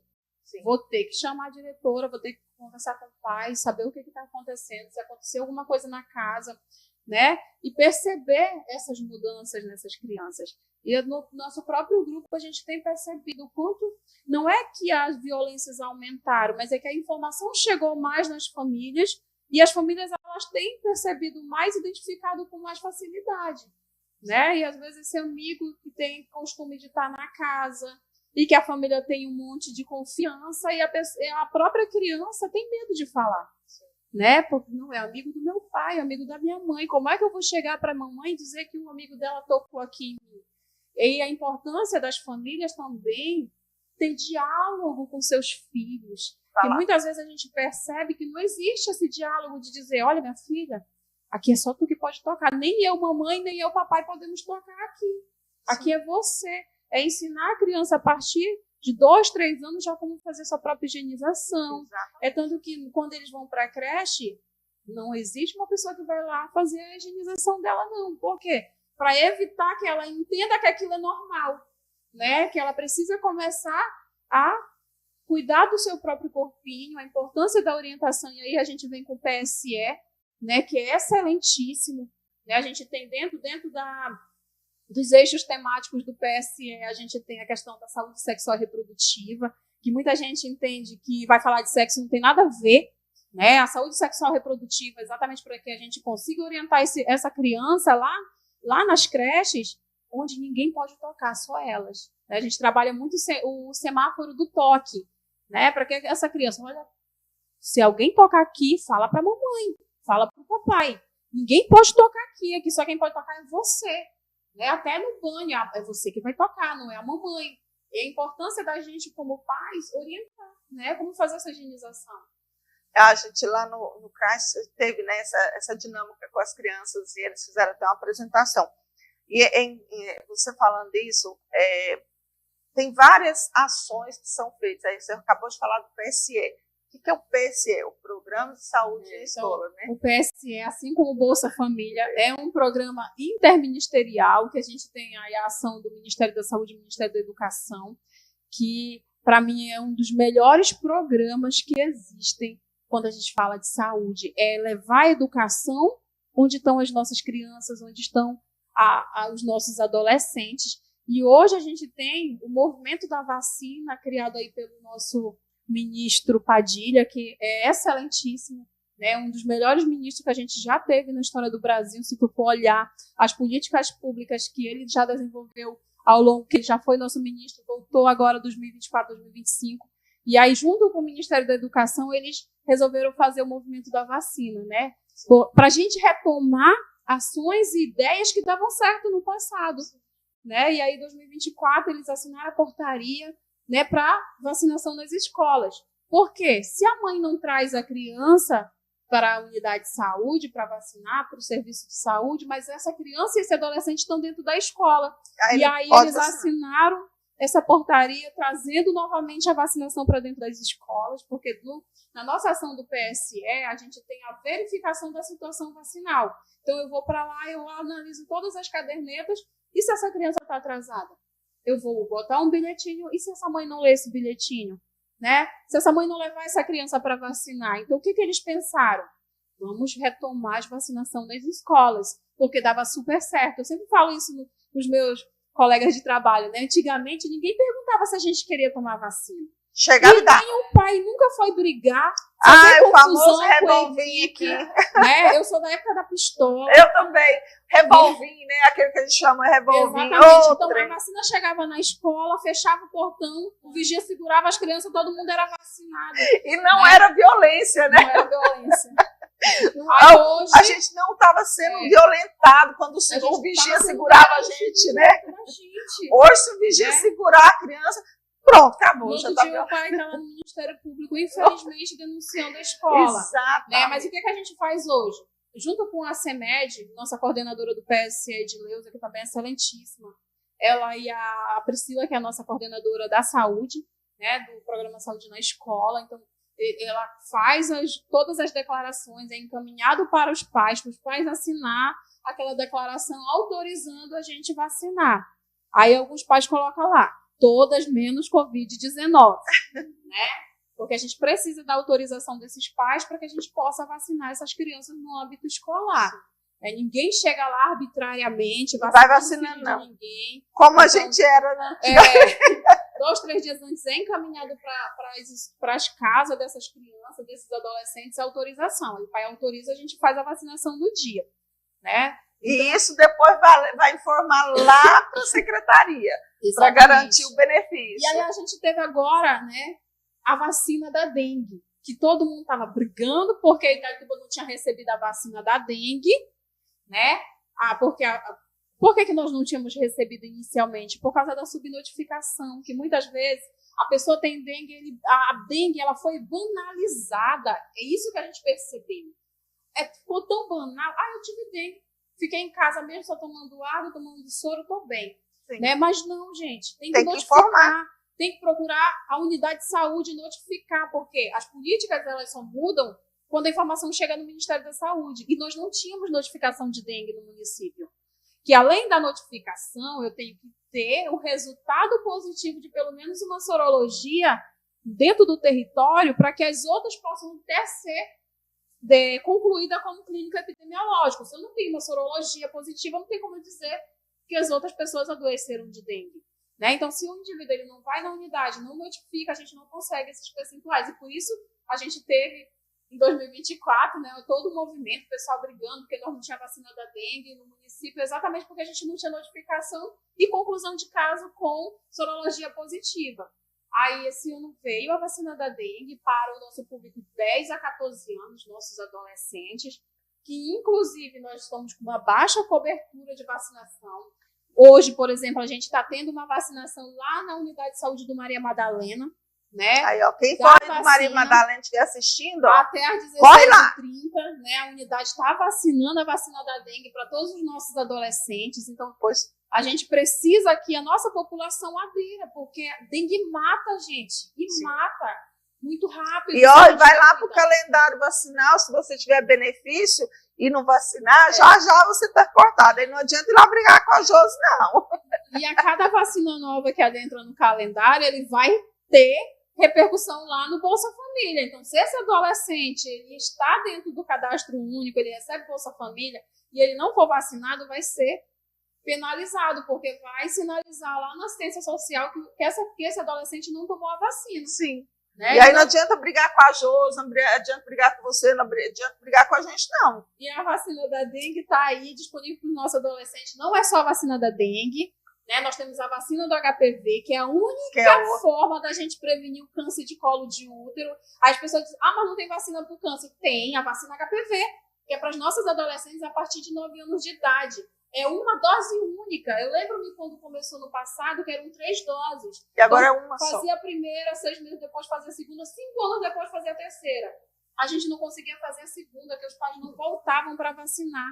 E eu achei ótimo quando o Ministério percebeu que com uma dose, né, assim, OMS, perceberam que com uma dose o indivíduo estava imunizado pro resto da vida. E aí foi diminuído para 2 doses e agora a gente está em dose única. Então é só uma dose que esse adolescente precisa tomar. De 9 a 14 anos não tomou HPV, vai lá tomar. Por favor. Meninos e meninas, não é só a menina. Porque quem passa HPV para a menina é o homem. Então ele também precisa estar protegido. Né? Então a vacina contra o câncer existe. É HPV e só precisa que as nossas adolescentes sejam vacinadas. E a gente está falando menina, para vacinar não é para ter relação sexual, não. É para prevenir.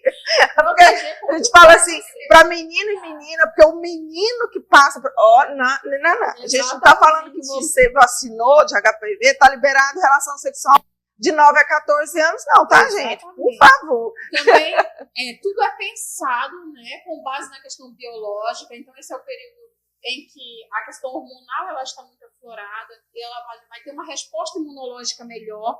Então, por isso que foi pensado nessa idade para a vacinação, tanto do HPV quanto da meningo, a meningo também é uma vacina que é aplicada para os nossos adolescentes, tanto meninos quanto meninas. de 11 a 14 anos, então eles precisam buscar o serviço de saúde também para se proteger, porque a meningite mata, né? Então a gente tem a CWY, que protege contra 4 sorotipos de meningite, que pode levar a várias outras complicações e que esses nossos adolescentes precisam estar protegidos. Exatamente, meningite, além dela ser transmissível, altamente contagiosa, a gente também pode ir a óbito, se não identificado em tempo oportuno e tratado em tempo oportuno. E pode ter várias complicações, né? Várias complicações. As sequelas que ficam. Né? E se a gente for falar de vacina é muito complexo, e se a gente for falar mesmo ao pé da letra, a gente vai precisar de outro programa. Uma inteirinha falando de vacina.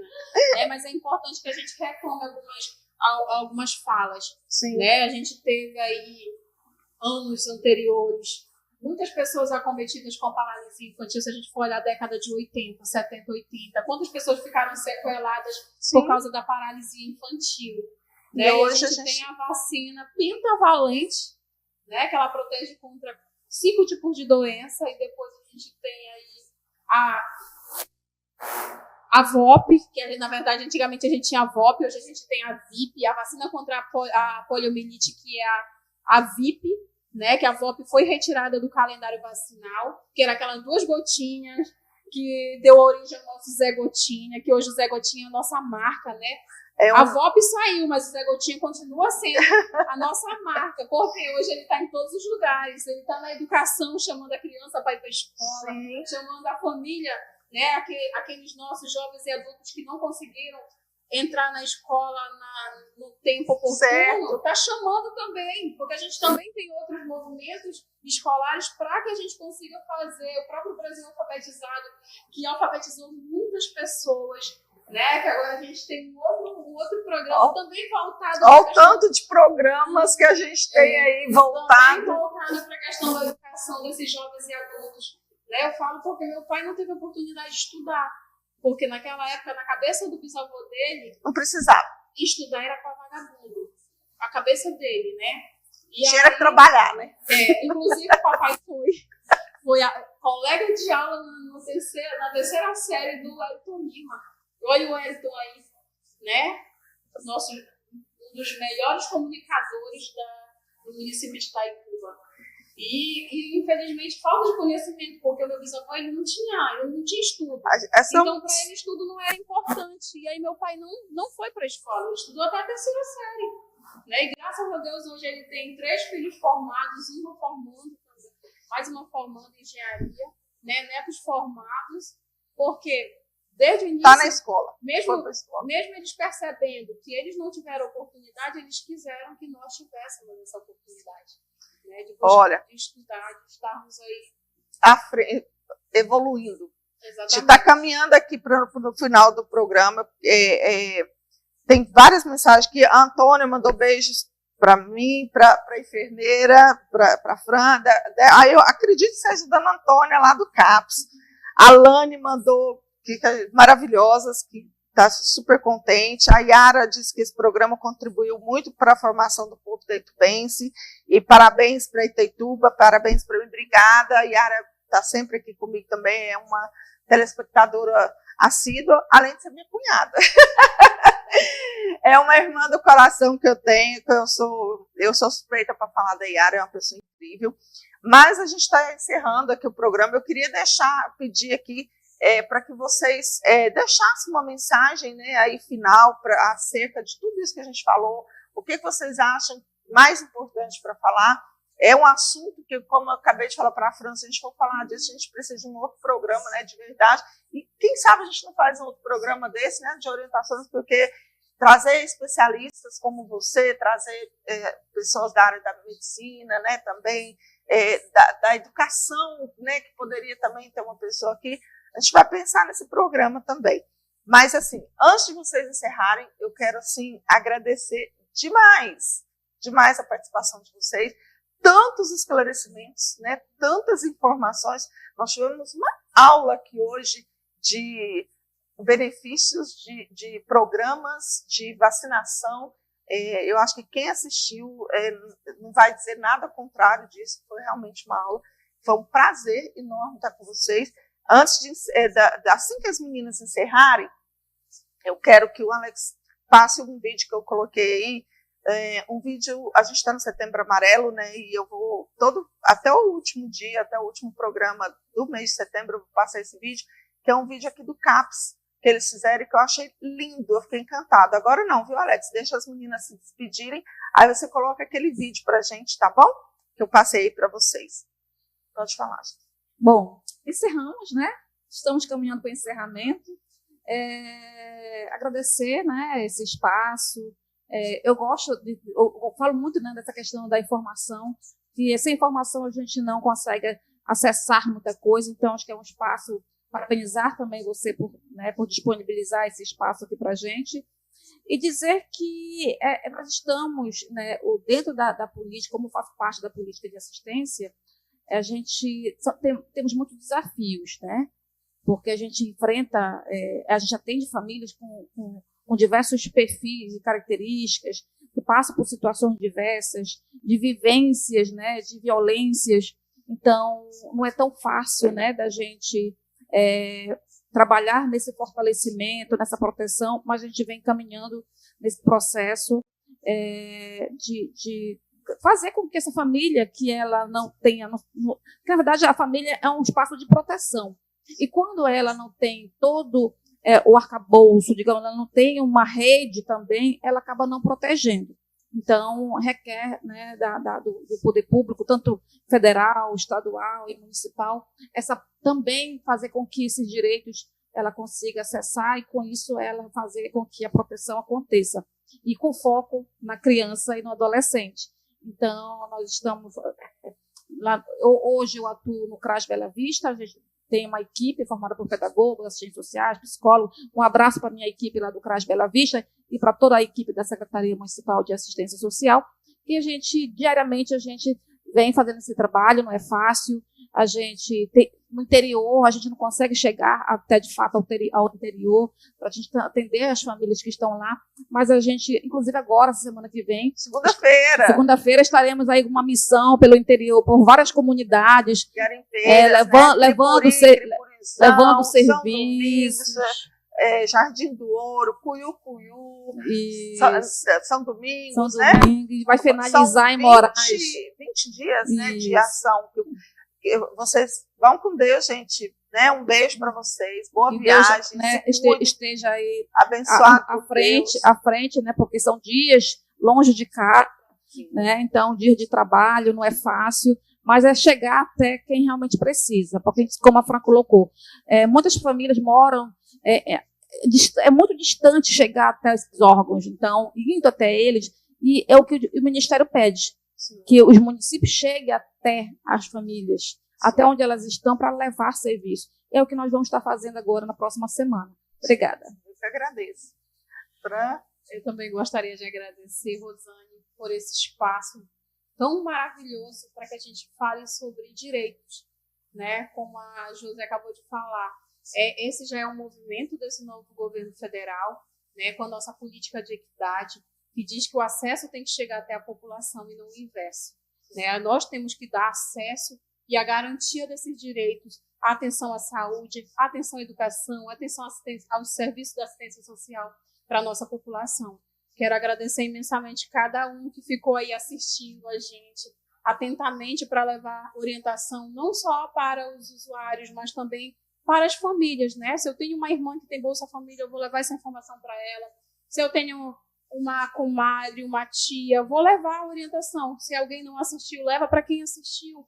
Vai ficar disponível, está disponível. Essas informações está lá no YouTube, e aí compartilhar essas informações. É constitucional, a informação tem que chegar até a população, né? E esse é o nosso papel como profissionais, tanto da área da saúde quanto da ciência social, né? Agradecer nossa equipe técnica da Coman, né? A nossa nutricionista Raimuda Pastiúba, junto com a Laudenice, o William, a Rita de Cássia, que nos ajuda bastante lá na alimentação e nutrição, principalmente na inserção das informações dentro do sistema de informação do Bolsa Família, né? A equipe da diretoria operacional, nossa diretora operacional, Carli, que ela não mede esforços para que nós consigamos fazer o nosso trabalho de forma adequada. Ela nos dá acesso, assim como a nossa secretária de saúde, Orenice Cabral, e a nossa coordenadora, né, de Atenção Básica, Priscila Cabral, a nossa coordenadora do PSF, Márcia Socorro, nossa coordenadora da Saúde da Criança, da Mulher e do Homem, ela cuida da família, que é a Soraya Sena, a nossa coordenadora dos programas estratégicos, a enfermeira Luciana Priscila, nossas coordenadoras de assistência farmacêutica, a Francele Baú e a Neris Nalva Machado, né? E quem cuida da nossa atividade física, Shirlene Campos, e o rapaz que também nos apoia na questão do PSE, que é o José. Né? Nós temos uma equipe técnica hoje muito boa, principalmente na atenção primária, e que dá garantia para que nossos profissionais consigam, de fato, atender nossa população. Não posso esquecer do menino prodígio, né? Que também nos ajuda bastante, que é o nosso coordenador da atenção especializada, que é o Fabrício Amaral, que foi nosso coordenador lá da UPA e hoje está também compondo a equipe técnica da secretaria, e que a gente tem conseguido fazer um trabalho excelentíssimo. Muito obrigada a todos. Isso. Se ela esqueceu de alguém, não sofra, tá? No próximo programa, ela vai dar esse alô. Não sofra por isso, trabalhe emocionalmente isso, tá? Não significa que ela não goste, significa que às vezes a gente esquece mesmo, né? Mas a Josi até lembrou que eu falei, deixa eu falar. Porque a gente falou da educação, mas assim, a gente pode, inclusive, como você fala, proposta de mudar a dinâmica aqui, convidar o nosso amigo Messias da Educação, que ele é o coordenador, né, responsável lá pela alimentação do programa Bolsa Família, e a Patrícia Silveira, que é a coordenadora do Cadastro Único. Infelizmente, ela tinha uma outra agenda hoje, não foi possível. Abraço, Patrícia, mas eu também super parceira.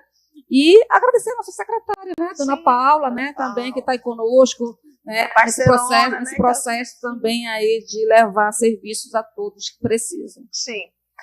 Eu quero só agradecer mesmo, assim, tudo que a gente aprendeu. Para mim foi acho que para vocês também, de fato.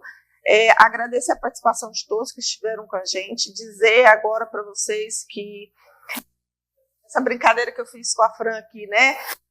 Seu nome de alguém, não sofra não, né? Cuide da sua saúde mental. Estamos no Setembro Amarelo. Esqueci da pessoa principal. Ai, ó. Não, todos são importantes, mas esqueci de colocar na pauta o nosso diretor de Vigilância em Saúde, Jorge Luiz, que inclusive é meu irmão, né? E a equipe da imunização com a nossa coordenadora Anne Kelly, que também tem feito um trabalho muito legal. Olha, ela não esqueceu, ela está morrendo de medo de chegar lá e falar, você esqueceu meu nome.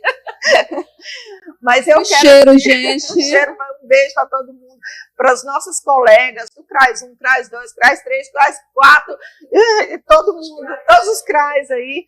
E CREAS, o pessoal do CREAS, né, a Claudete, meu eixo, a gente fala que é meu eixo, mas enfim, um beijo para todos vocês, foi um programa incrível, descontraído, gostoso de falar, e agora eu quero deixar com vocês uma mensagem de reflexão. Nós estamos aí no Setembro Amarelo. Ontem eu participei de uma palestra, se tiver a fotinha lá da Axendas, coloca aí para mim, com uma equipe da UBS, o Luan, que me convidou, não sei, a UPA, UBS não, da UPA, o Luan, que me convidou para palestrar ontem sobre o Setembro Amarelo, foi para os profissionais de saúde, tá aí o pessoal, a gente fez uma palestra ontem, junto com a doutora Kézia, que é outra psicóloga de excelência, a doutora Camila Tamar, que é uma médica psiquiatra, né, especialista em psiquiatria. Então, a gente falou para os profissionais de saúde que lá estavam, né, também. Então, foi uma honra estar com vocês. Então, deixar para vocês que estão nos assistindo para essa mensagem de que hoje é Setembro Amarelo, mas todo dia é dia de cuidar da vida, cuidar da mente, cuidar de quem está do seu lado, cuidar de você, cuidar de todos. Então, eu vou encerrar o programa hoje deixando essa reflexão. Quem cuida de você e quem está cuidando daqueles que estão ao seu lado, né? E vou deixar com vocês um videozinho para vocês pensarem e quebrar esse estigma, esse preconceito de buscar o CAPS, quando você achar que você precisa. um vídeo lá do CAPS aqui de Itaituba, que eles fizeram um vídeo lindo. E aí eu vou deixar com vocês, vou deixar o meu beijo, o meu abraço, um bom fim de semana, que Deus os abençoe grandemente nessa próxima semana. A gente se vê semana que vem com mais um programa Ser Pleno com Rosane Fonseca. Venha ser pleno você também. Pode soltar o vídeo.